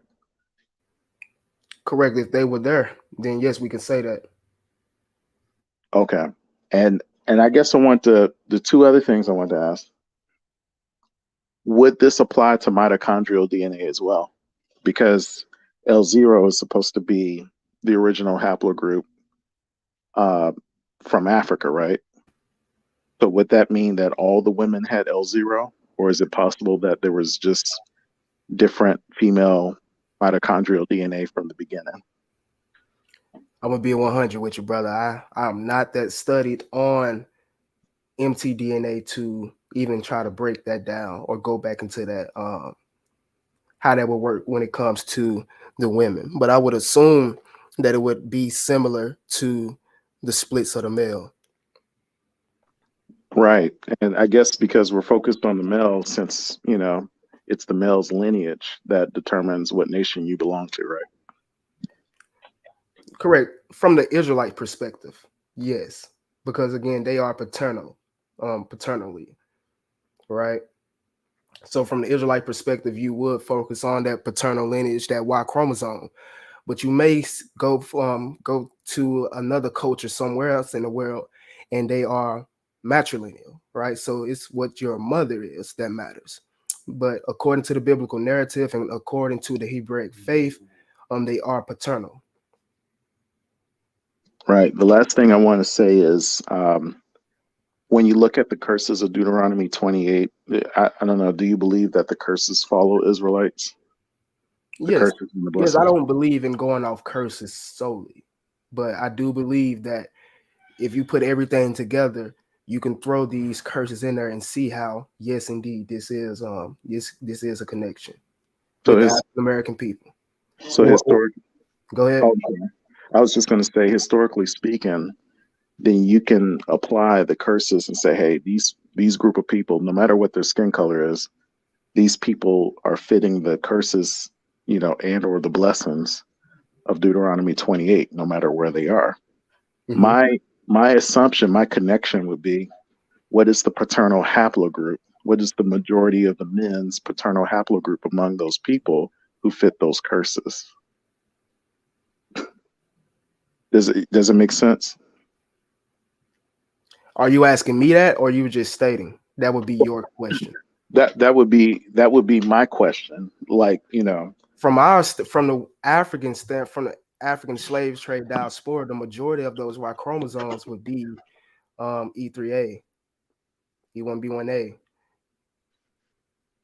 okay, because and the importance of paternal haplogroup, just like you were saying earlier, it kind of shows where people migrated to. So if the curses say that you're going to be scattered into all land and fall up under multiple curses, and you look at these people and they seem to be at the bottom of every society, you take the Y chromosome of the men, and it kind of tells you, what group they belong to, and if it happens to be haplogroup E1B1A, then you can probably assume, just like we assume that we're Israelites, right? We can we can assume that the Israelite paternal haplogroup belongs to E1B1A. Right, right. And Um, brother Sean, I, shalom to you as well. Go ahead. Shalom, family. What's happening? I would say to Shalom, shalom. Shalom. I would say to Second Exodus that basically that's what we're trying to do. Is so we're trying to fit, prophecy and the genetics together, right? So that's the basis of it. We always run off of prophecy historically. Israel was challenged. I know you remember this. Was challenged by certain groups, to provide DNA. Show, was your DNA. So we did, and then when it happened, some brothers faulted with it because they didn't really do a deep dive in it.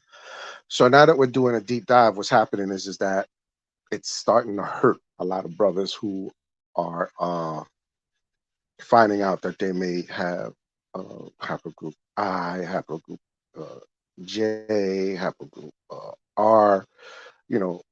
So our intent, you know what I'm saying, and I'm just talking from the Yat Gans perspective. I'm not, throwing uh, bro Will into this, but because this is his channel, he does his own thing. But from our perspective, when we look at the DNA and we do a deep dive, it's starting to like really separate a lot of people. So people don't now they don't want to deal with it. When at first they was willing and ready to throw their hat into the DNA segment.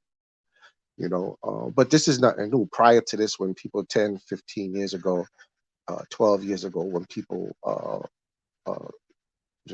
who were maybe part of the diaspora of the transatlantic slave trade, they were going to these companies and they were coming back and, finding out that they were their paternal goes back to, American Indian or Ireland or Germany, and then finding out, or maybe even China, and then finding out on their maternal side, basically the same thing. They might be, haplogroup B3B, um, which is indigenous American Indian, and they find it, and then it's like, wait, what did we talk about, So they put up this fight. This is nothing new. This has been going on for a long time with genetic companies. This is why when Razib Khan put out that that article dealing with haplogroups and autosomal. At the time, 13 years ago, when he wrote that article, he was actually working with different genetic companies that were selling these personal kits for consumer purchase, for the populace. And so people were like sending back these emails for different companies he was working with and complaining that, you guys are full of crap. There's no way I know that I'm African and this, that, and the third. And I was trans. And so what Razib Khan did was say, okay, wait a minute, put your paternal, what you've been getting for your paternal and maternal, put them to the side. Um, you would be more concerned with your autosomal, because your autosomas, because this was part of the confusion too. They would get back autosomal that would show, Nigeria, Ghana, all these places, but then their paternal and maternal went to different, wasn't African at all. So he was just trying to say, like, look, yeah, we're not throwing haplogroups away, but for people who are getting upset and about this, just look at your autosomal. Yes, you have African ancestry. That's a part of who you are too. So this is why he wrote that. So I'm trying not to like make any controversy on the brother's channel right now, but try not to make You any all controversy. good, brother. You all good.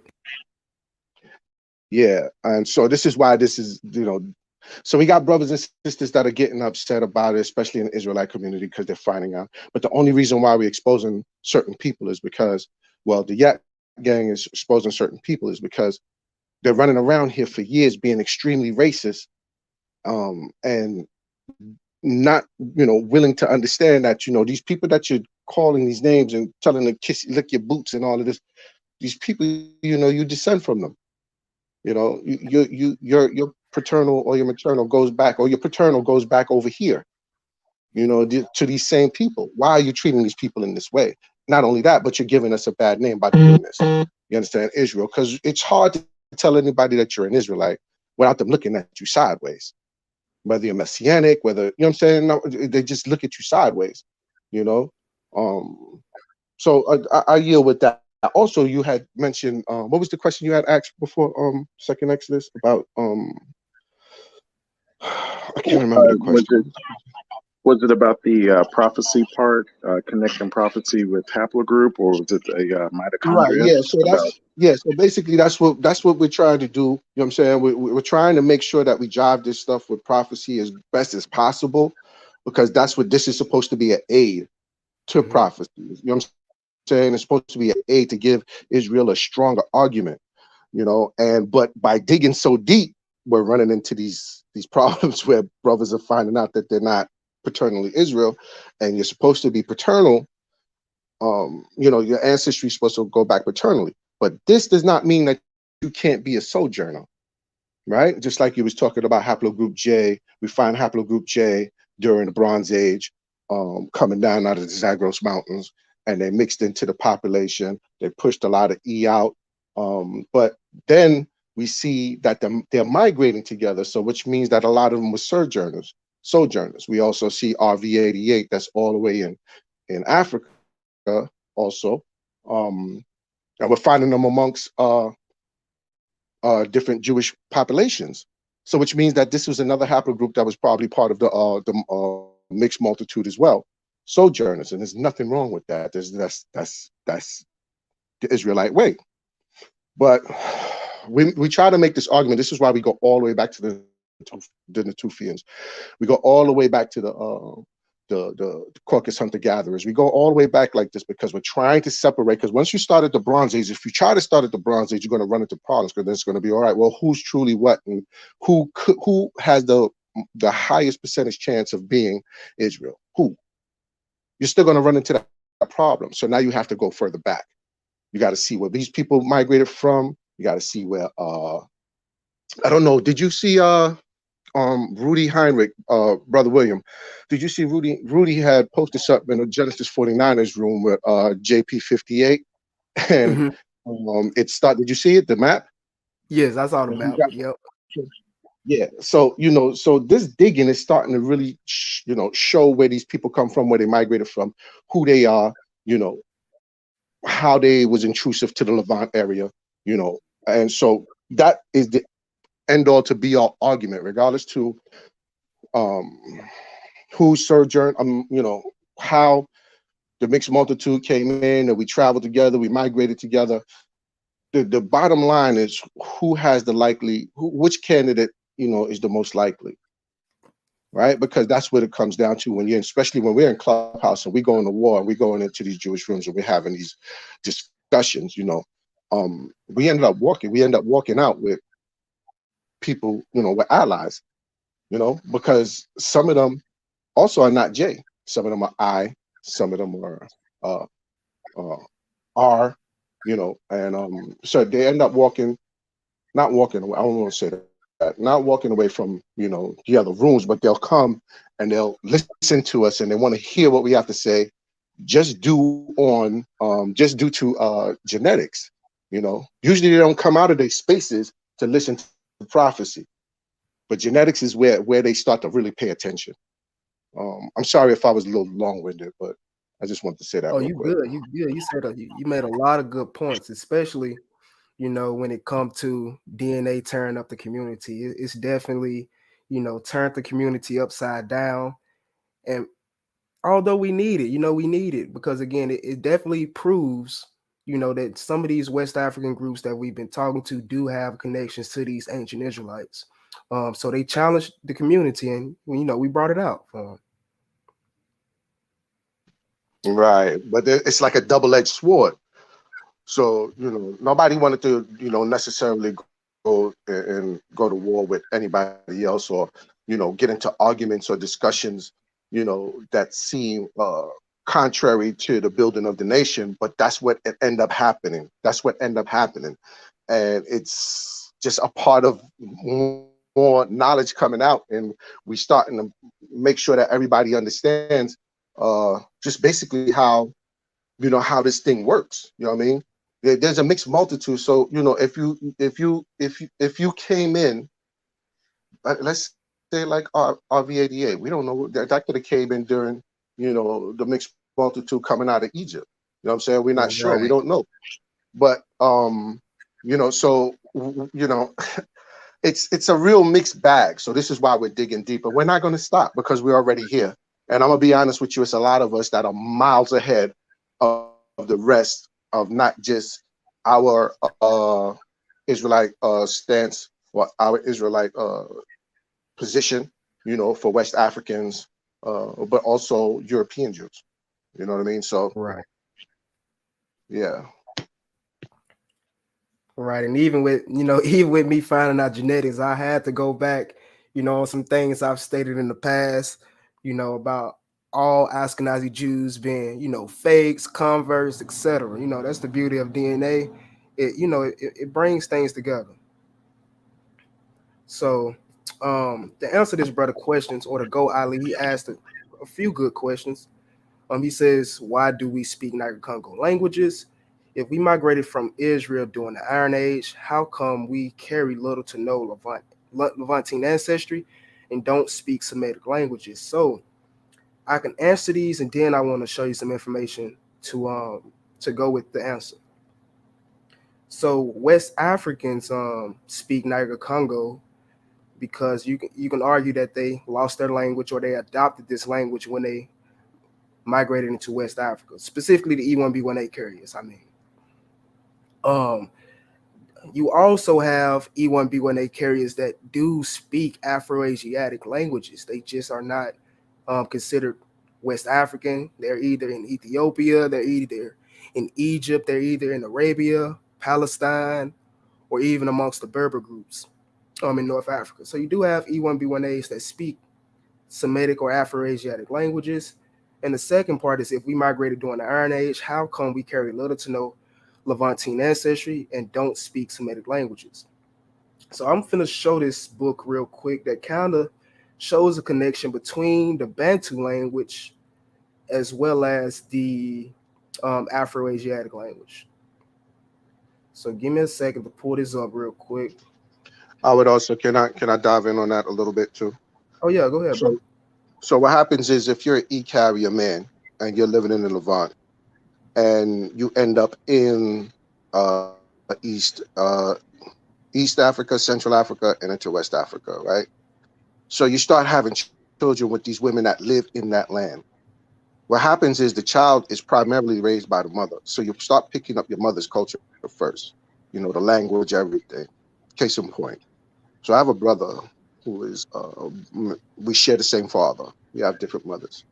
And he lives in Panama. He was born in Panama. He lives in Panama. So his father does not speak English. Say our father does. Excuse me. Our father does not speak Spanish. Speaks English, right? But my brother, he doesn't speak any English. Well, he speaks very little English, but he speaks all Spanish. Why? Because he was brought up under his mother and his mother's culture. So this, and if you do that over and over and over again for millennium, then you're going to more than likely pick up these languages, and you may even have a patois like the brother's about to show you, where you're going to have certain words, Semitic words, that may be sewn in to the Niger Congo languages, to the Niger Congo language. So that's my take on it. Mm, I give. Facts. That was a beautiful breakdown. So even I'm trying to find something else real quick because you brought something to mind when you said the children learn the language from the woman. I actually have a source talking about, or basically saying, how the Bantu's fathers originally spoke a sort of Hebrew language, and their mothers spoke the Negro dialect. So that's interesting as well. But even if you go to this book right here, it's called Semitic Languages: Outline of Comparative Grammar by Edward Lipsky. On page 23, it gives a connection between Afro-Asiatic languages and the Bantu. And even if you go watch some of my earlier videos I done on the Bantu, I've brought out how you can find Assyrian loan words, Babylonian loan words, and even Egyptian loan words in the Bantu grammar. But right here it says the links of Afro-Asiatic with the Great Bantu linguistic stock of Central Africa seems to be more precise. So there is a link. Bantus belong to the large Niger-Congo family and most likely had its origins in eastern Nigeria and in Cameroon, where purpurial Bantu languages continue to be spoken close to areas of Chadic speech. It consequently spread eastward and southward, becoming differentiated into the great number of languages which are its present-day representatives. Some similarities between spoken Bantu and Afro-Asiatic languages may appear as simple assonances, but other are not and must reflect real language affinities, though Proto-Bantu grammatical reconstructions along the lines of C. Mempton, and it goes on to say this, seems to follow a different path. So if you actually go through this book right here, this is a book you can read, and it kind of goes into the linguist between the Bantu language and Afro-Asiatic. And even down here, I believe it mentions it or it links it with the Berber language somewhere. Let me see. Right here. One second. Haven't read this book in a while. Don't want to read all of it, but Hey, Will, when you get a chance, could you? I want to um, show something that might help answer his question also. okay. So, right, I'm gonna just go on and share this last other thing I wanted to show to answer that question on the back end. Then you can go ahead about the genetic part about not having Levantine ancestry, and also why we don't speak Afro-Asiatic language.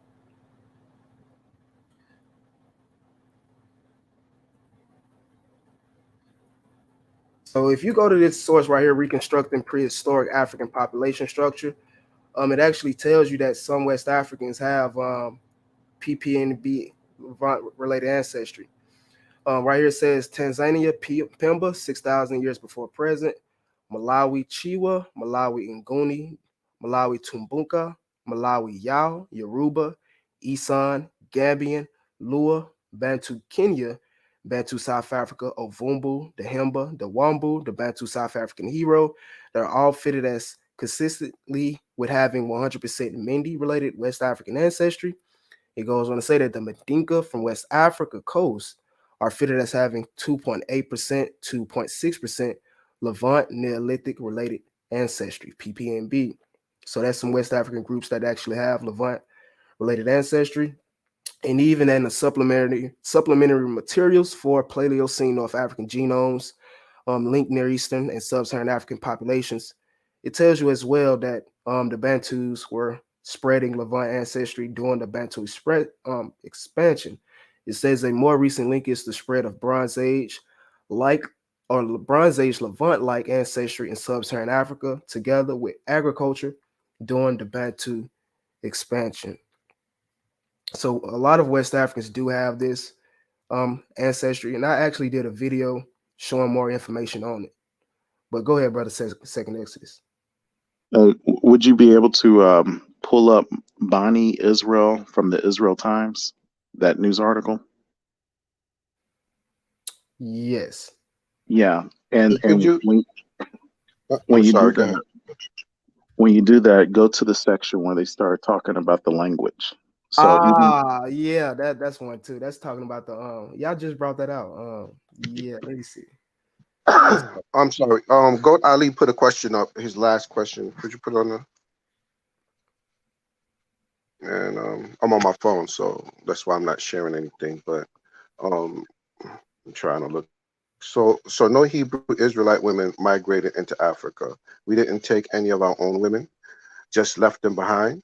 Well, let me finish because it's kind of small on my phone. Or um, can somebody finish that for me real quick? Because I He can't see says, this on my phone. or he says, why after a generation would we mix with Negro groups? Why not mix amongst ourselves?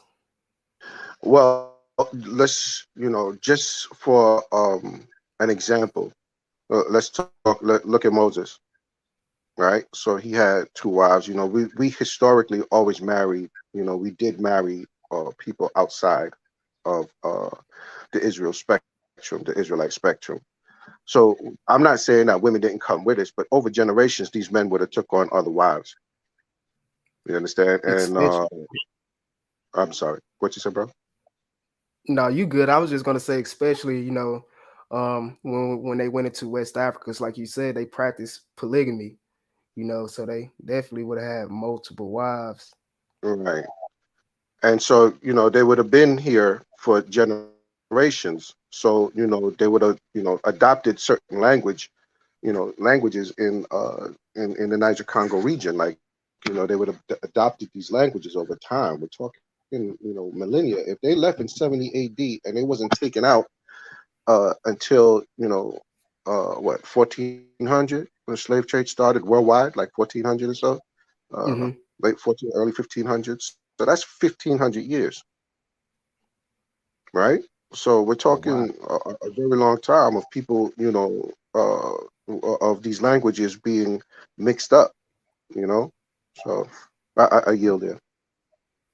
And just to answer, piggyback off what you just said, it's possible that you did have Israelite women migrate into Africa with us. It's possible. I say that because you do have Jewish groups, outside of West Africa that have L2, L3 in their populations, like the Ethiopian Jews, the Yemenite Jews, and you even have Ashkenazi Jews that are um, L2A and L3. So you do Yes, have European Jews with the LMTDNA. So it's possible. And you also had L in like I believe it's L2 and L3 you had in ancient Syria. So it's possible that those, were Jewish women as well. So let's see. It mentions the language. I don't believe this is. I think it's by Times of Israel that you're talking about, but it should Probably, have. probably so you can use probably Control F and type in Leki because they describe or cheek. They describe the Hebrew word, um, the word in their language and among the Bani Israel. Because it's talking Leki, about my bad. Go ahead. yeah, it'll mention Right cheek. here. There you Yeah, go. like this is another example. The will of word for cheek is pronounced lehik, as in Hebrew.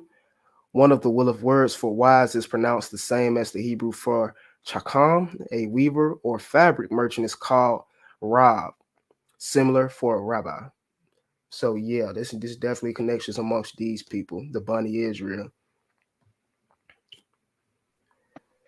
And their heritage is that they migrated down from Egypt into Aswan, and then from Aswan into Somalia, and from Somalia across the Sahel into northern Nigeria. From northern Nigeria, they split into two groups.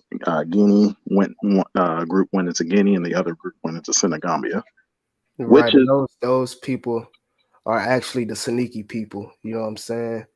now Um, that's a question I actually kind of have the because I took Sela, and they call themselves the Sela and Dila, right?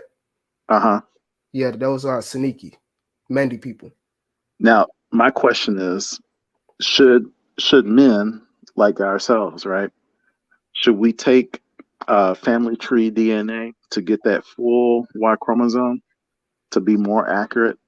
Because I'm EZ 6010, and I didn't take the family tree DNA test, but I do plan to. And they'll give you the entire Y chromosome, which will make it even more accurate to who you're related to or I what was me, huh? I would say you can either do that or you can just get the African ancestry test. They'll they'll pinpoint you to a tribe. So the issue I have with African ancestry is that I took it back in 2015. They said that I match up with the Bamileke and the Iwando people in Cameroon on my Y chromosome.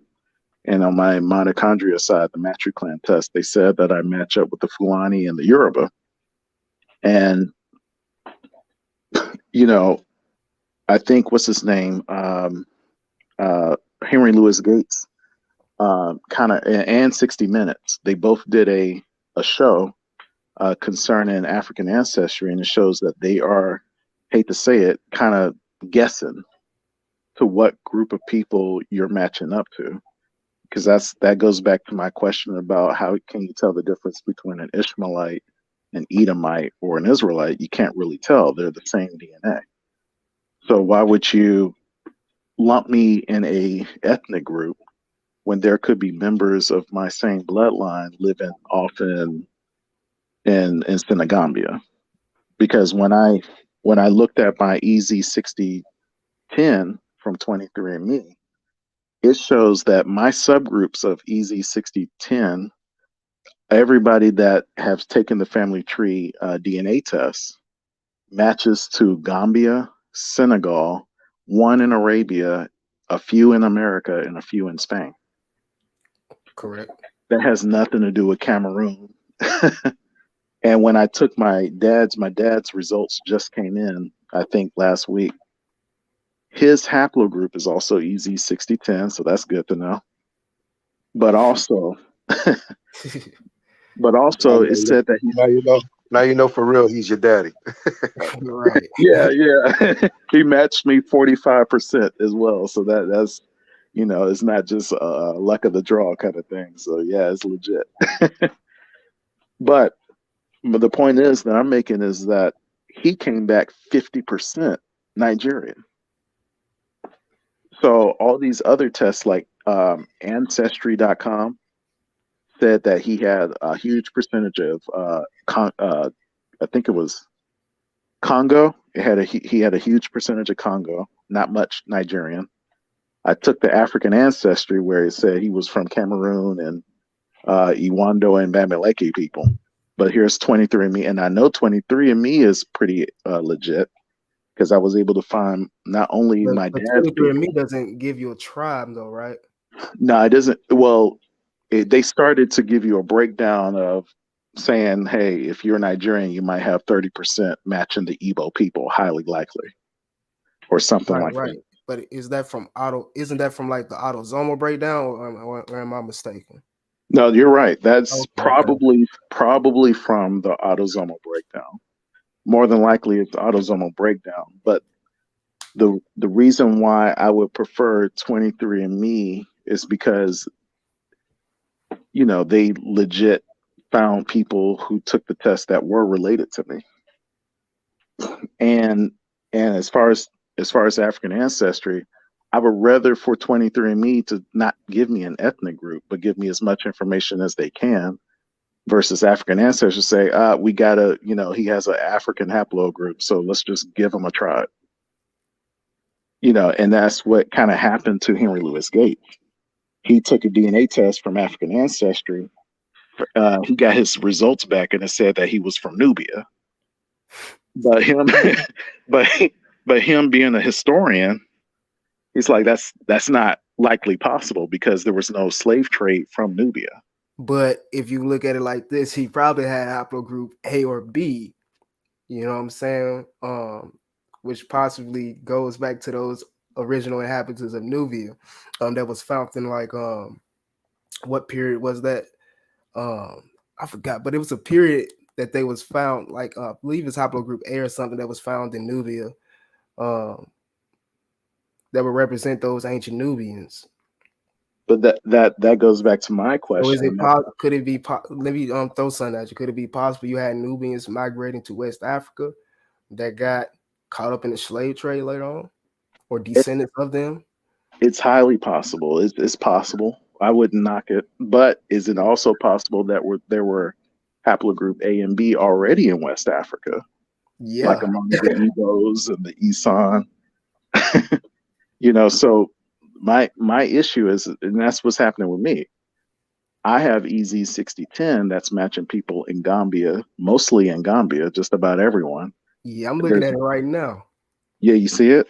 Yeah, EZ6010, and that's my haplogroup. But then, I have a African ancestry test saying that I come from a group of people who historically don't have the same haplogroup that I got. So are they looking at my autosomal and just throwing in ethnicity to that? Where I would rather have the haplogroup since we're following a piece of DNA that never changes. I would rather follow my haplogroup than follow my autosomal.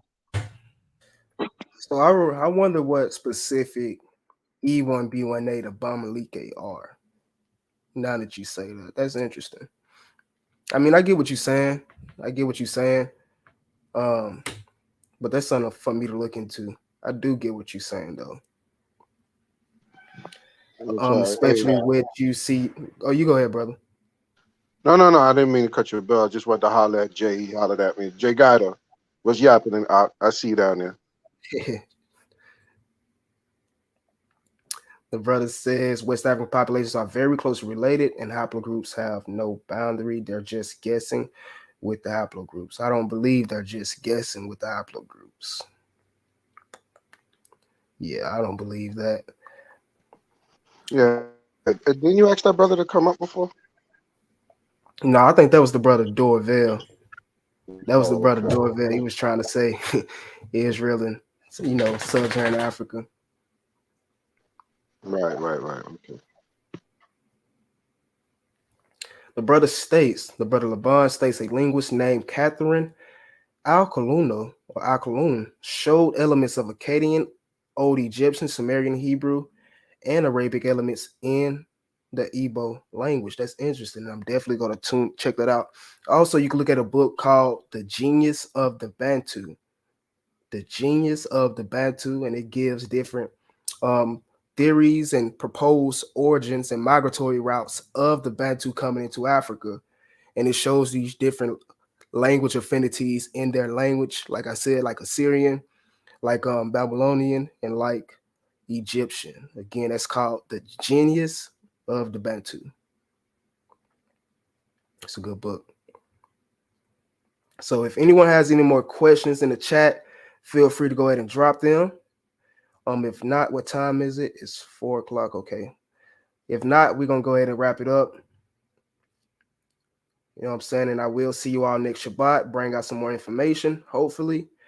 No Q&A next week. So if you have any final questions, please drop them in the chat. If not, y'all willing, I will be back next Shabbat. So which Paleo Africans did the E1B1A mix with? Nala groups pick? Yeah, they more than likely mix with all of the groups once they came into Africa. We know they mix with pygmies for sure. We know they mix with the Nilots because you have E1A amongst Nilots as well. Right. You would find it in your autosomal. So yeah, I have no problem with that. I don't know, if people's trying to be facetious, but yeah, that Right. you would have mixed with all of these groups. Yes, you'll find it in your autosomal. If who is that Goat Ali? If you did your DNA, you should find it there. If you're uh, part of the quote unquote African American diaspora. Right.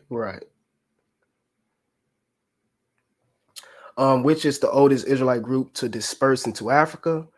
Historians love to say it was the Ethiopian Jews, but from my understanding, it would be the Igbos. According to their traditions, according to their lore, it would be the Igbos before the Beta Israel. Yeah, I know the Bamlika is E1B1A7, but I mean like the breakdown number like EZ6010, like the brother had something a little more deeper than E1B1A7. I think the Yoruba, if I'm not mistaken, might be amongst one of the oldest groups as well from your Right, you know? exactly. Them as well.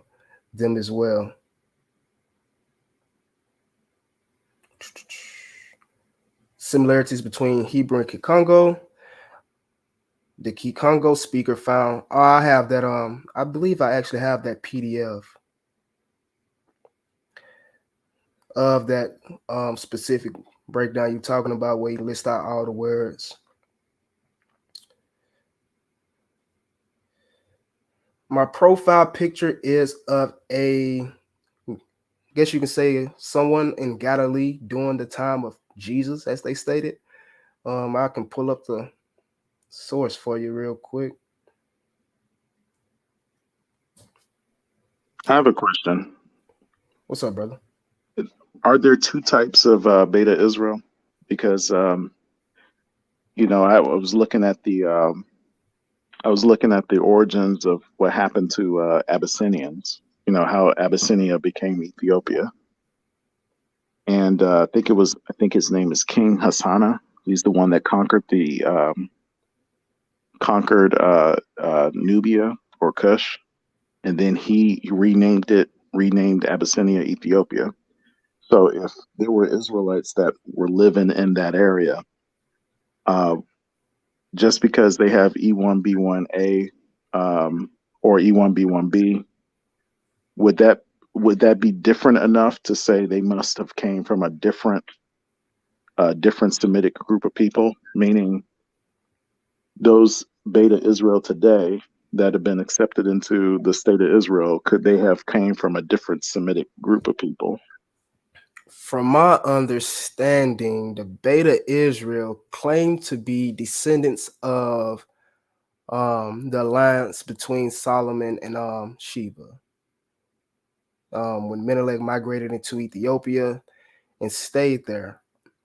So as far as them coming from another Semitic group, if they did come, or if they are from a different Semitic group and not Israelites, it will more than likely be Joctonites. Um, they are Good actually the answer. people. Go ahead, brother. I said good answer because that's what was in my head. But good answer. Go ahead. Right, right. They will more than likely be Joctonites. That's actually who the Queen of Sheba was. She was a Joctonite. She wasn't a Cushite or a Nubian. She was a Joctonite. But from my research, the people that actually founded Habasha were the Joctonites. They called it the Kingdom of Abyssinia or Habasha. So if the Ethiopian Jews, that 50% that is E1B1B, if they aren't authentic Israelites, descendants of that alliance, then they would just be Joctonites. Hey, second Exodus. Do you follow a Hebrew of Israel? Um, I know of him. I probably hadn't followed him, but I've seen some of his stuff. Yeah. Check out his check. Go to he's part of the Yap gang, but he has his own separate channel, and he has a plethora of videos on this stuff. So his Fantastic. last one is really good. He also did a couple on the Joctonites, and so I think you should look at that. I think he's going real deep. Recently we've been having a lot of discussions, and so like he's finally getting to now. About to go into the Israelites. I believe he's doing it September 20, 24th, 25th. 24. Yeah, somewhere around there is when he's gonna like really focus on Israelite uh, um, clades, what he believes will be Israelite clades. So I think you should just subscribe to the brother's channel, Hebrew of Israel, and just check out. Just it's worth looking at, bro. Even if Yeah, you I'm don't want taking a to look at that. subscribe, just go check it out.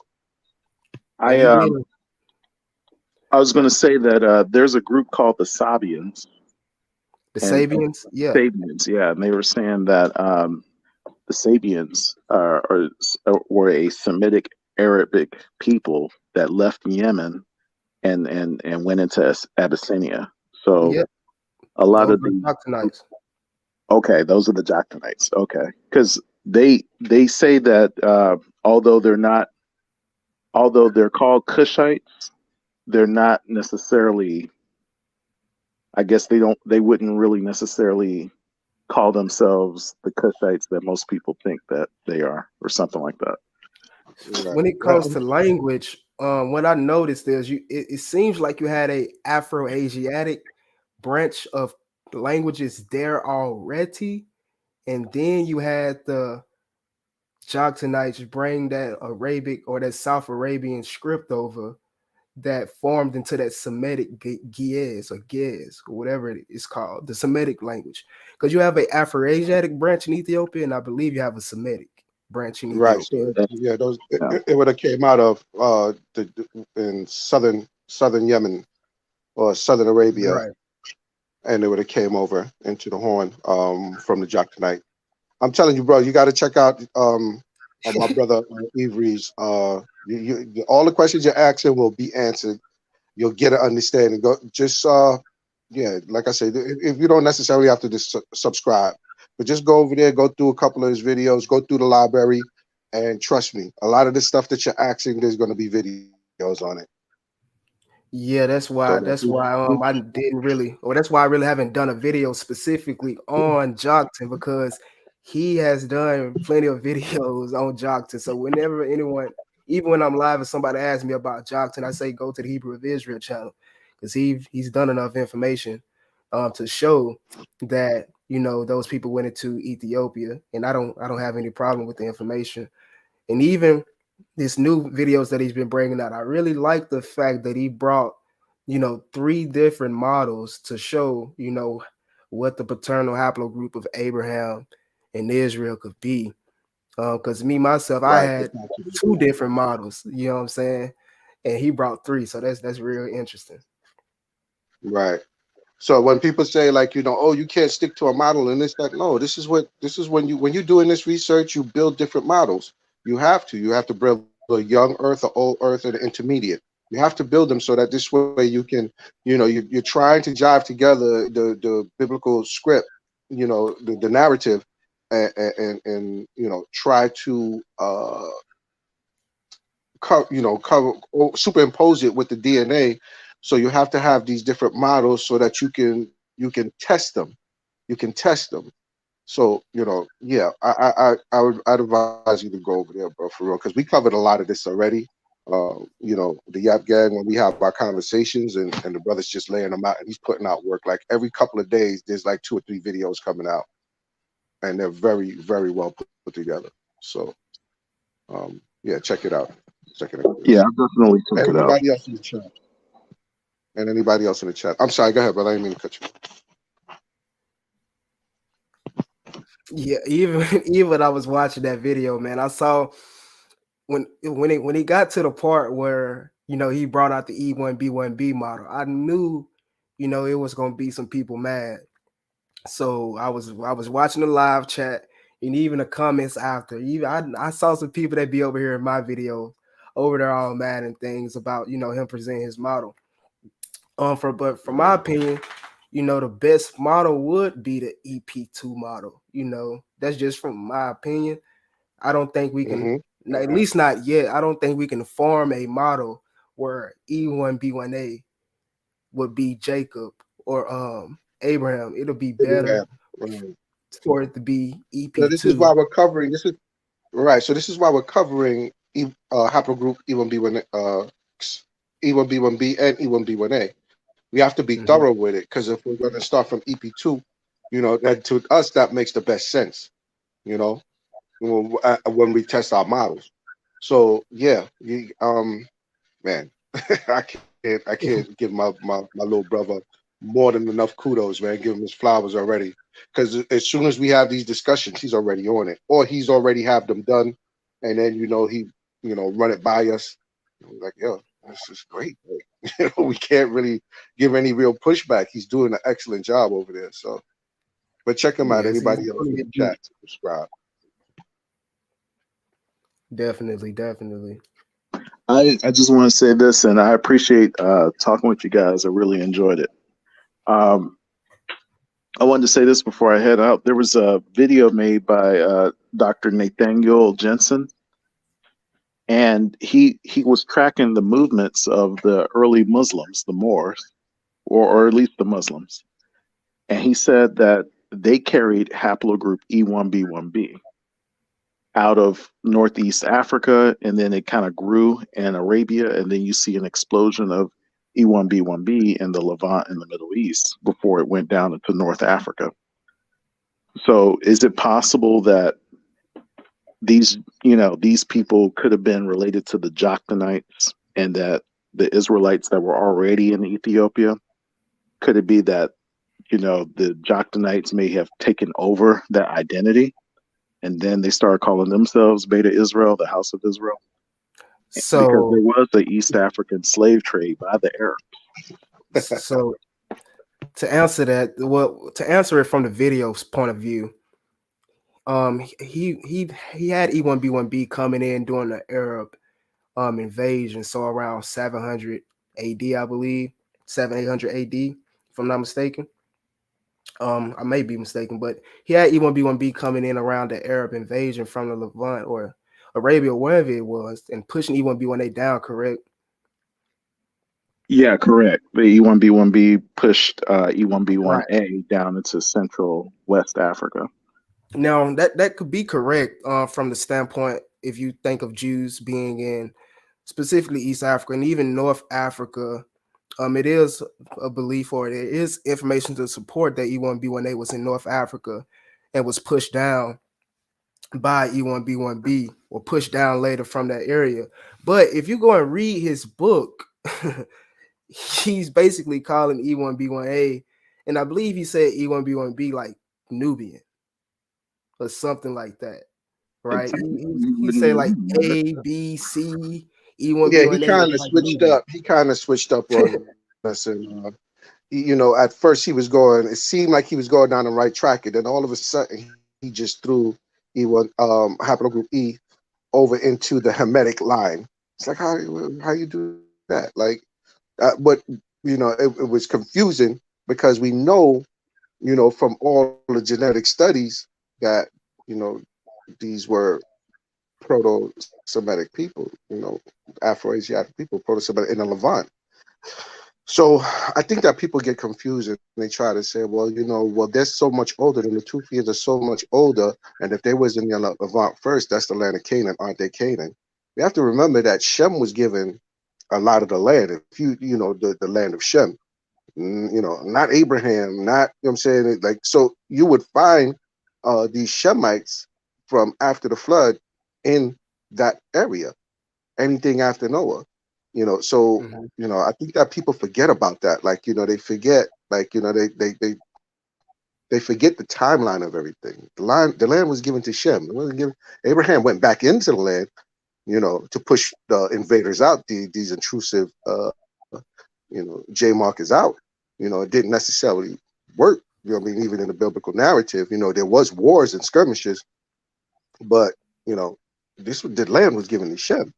Go and And you know, speaking of that, speaking of that, we keep breaking up Ivry, man. He did a video, breaking down how Shem was originally, the Levant was originally Shem's land, going back to the, Melchizedek priesthood and everything. So again, he right, does right. So he's showing how, you know, that land was already Semitic territory, from the on start.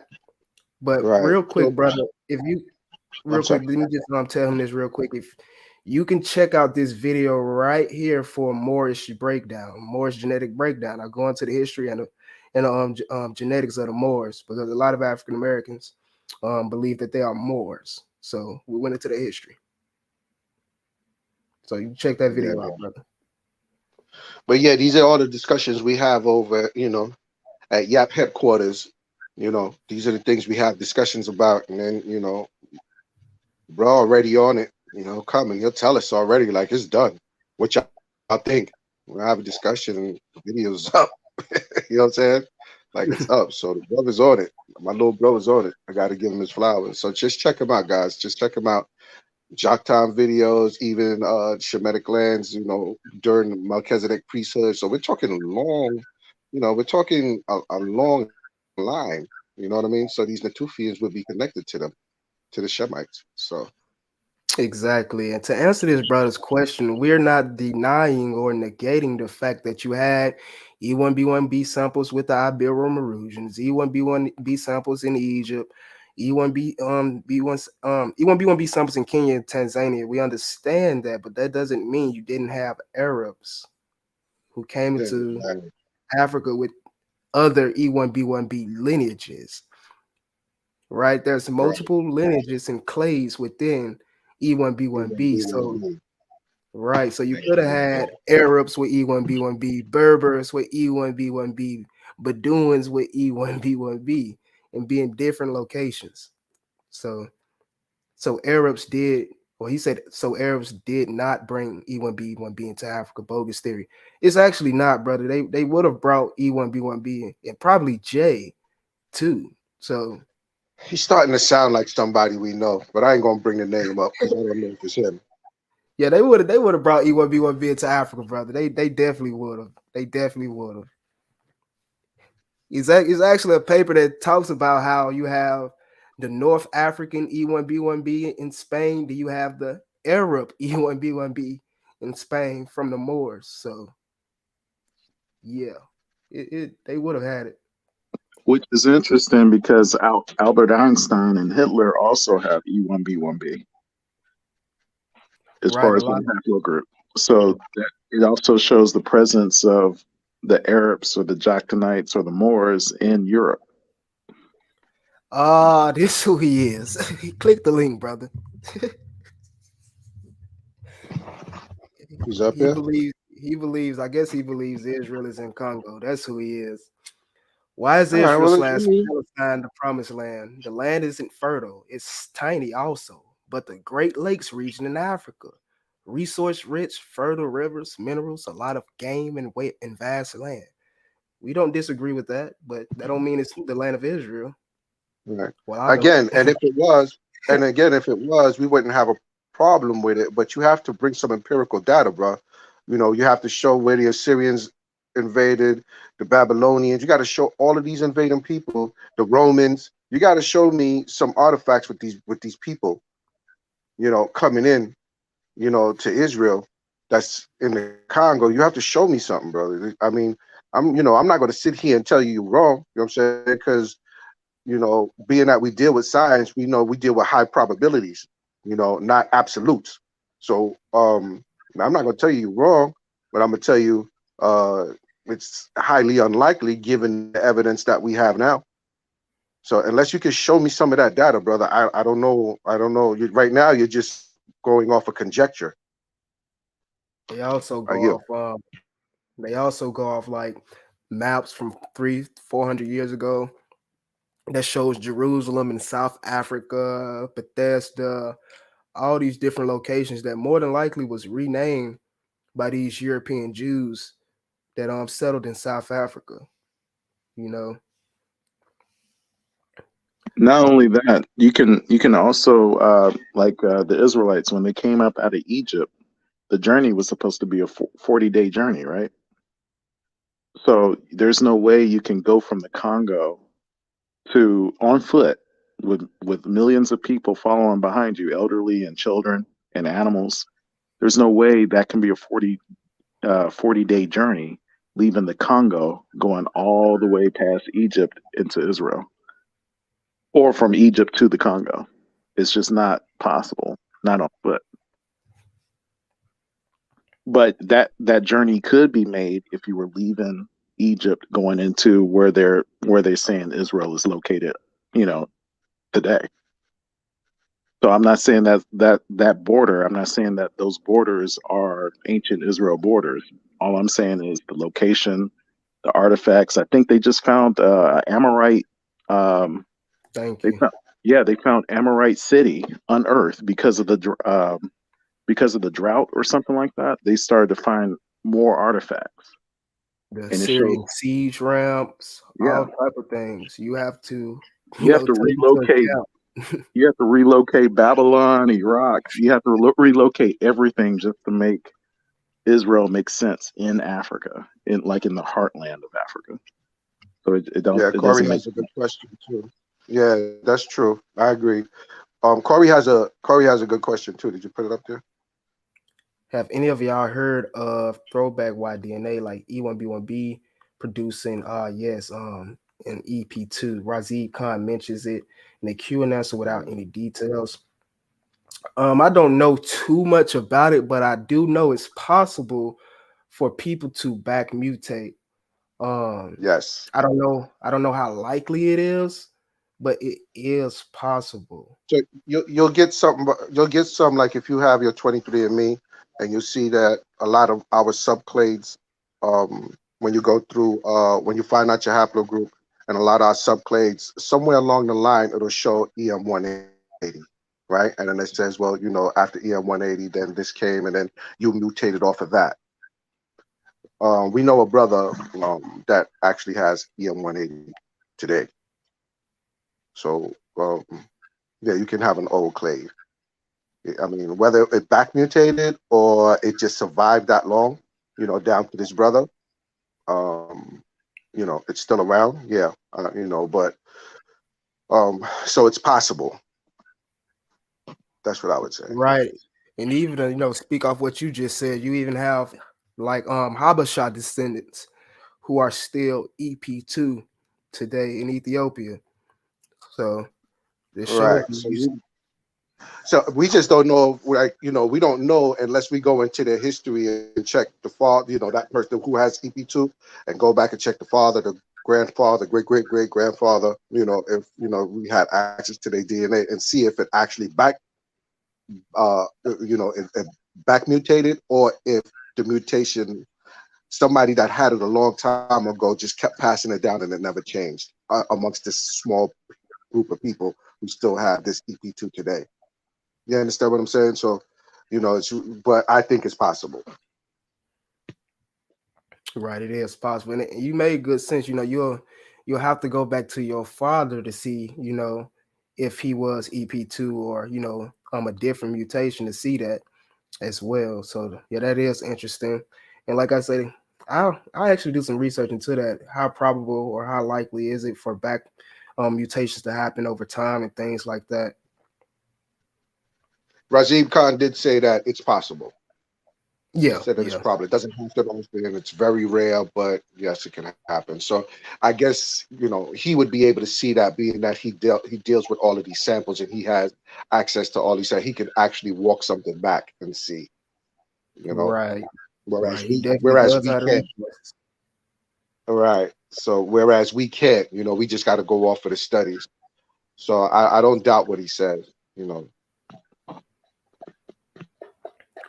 Right, right. So again, family, everyone in the chat, if again there's any follow-up questions, feel free.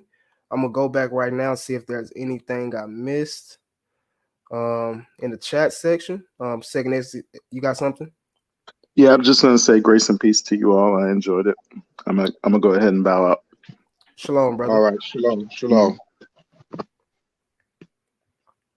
Let's see. He says, "Wow, that's wild. I'm actually E1B1A, but I'm wondering how common throwbacks are, and if it can go back and forth. Thanks for the response. Peace. All right, no problem, no problem. All right. So let's see. I'm trying to see if there's anything else. If not, we're going to wrap it up. And I hope everyone continues to enjoy their Shabbat. If you want Yeah. to know. Shabbat shalom, family. Yeah, I'm out. All right, shalom, brother Sean. Thank you for coming on, brother. Yeah. It was a pleasure. It was a pleasure. Thanks for having me on, bro. Great job. You're doing a Anytime. great job, bro. You're still killing them. You're still hitting them in the head right now, baby. Anytime, brother. Anytime. Thank you. All right, shalom. All right, again, I'm gonna stick around for one more minute. Final questions. Final questions. I gotta get going. I said I'm gonna give. I gotta leave by 5 o'clock. We got 30 minutes, but I'm gonna give you all about one more minute to answer these questions. If anyone is in Memphis, hit me up. I am in Memphis right now, about to head to the Classic. If anyone is in Memphis, hit me up. If not, I will see you all next Shabbat. Enjoy your Shabbat. Again, I'm sticking around, see if there's any questions that's going to pop up before I press this end button. All right. Give you all about 30 more seconds. Okay, got a question. What does population admixture distance tells us about our DNA? I guess you're talking about things like GEDmatch and distant calculators on GEDmatch.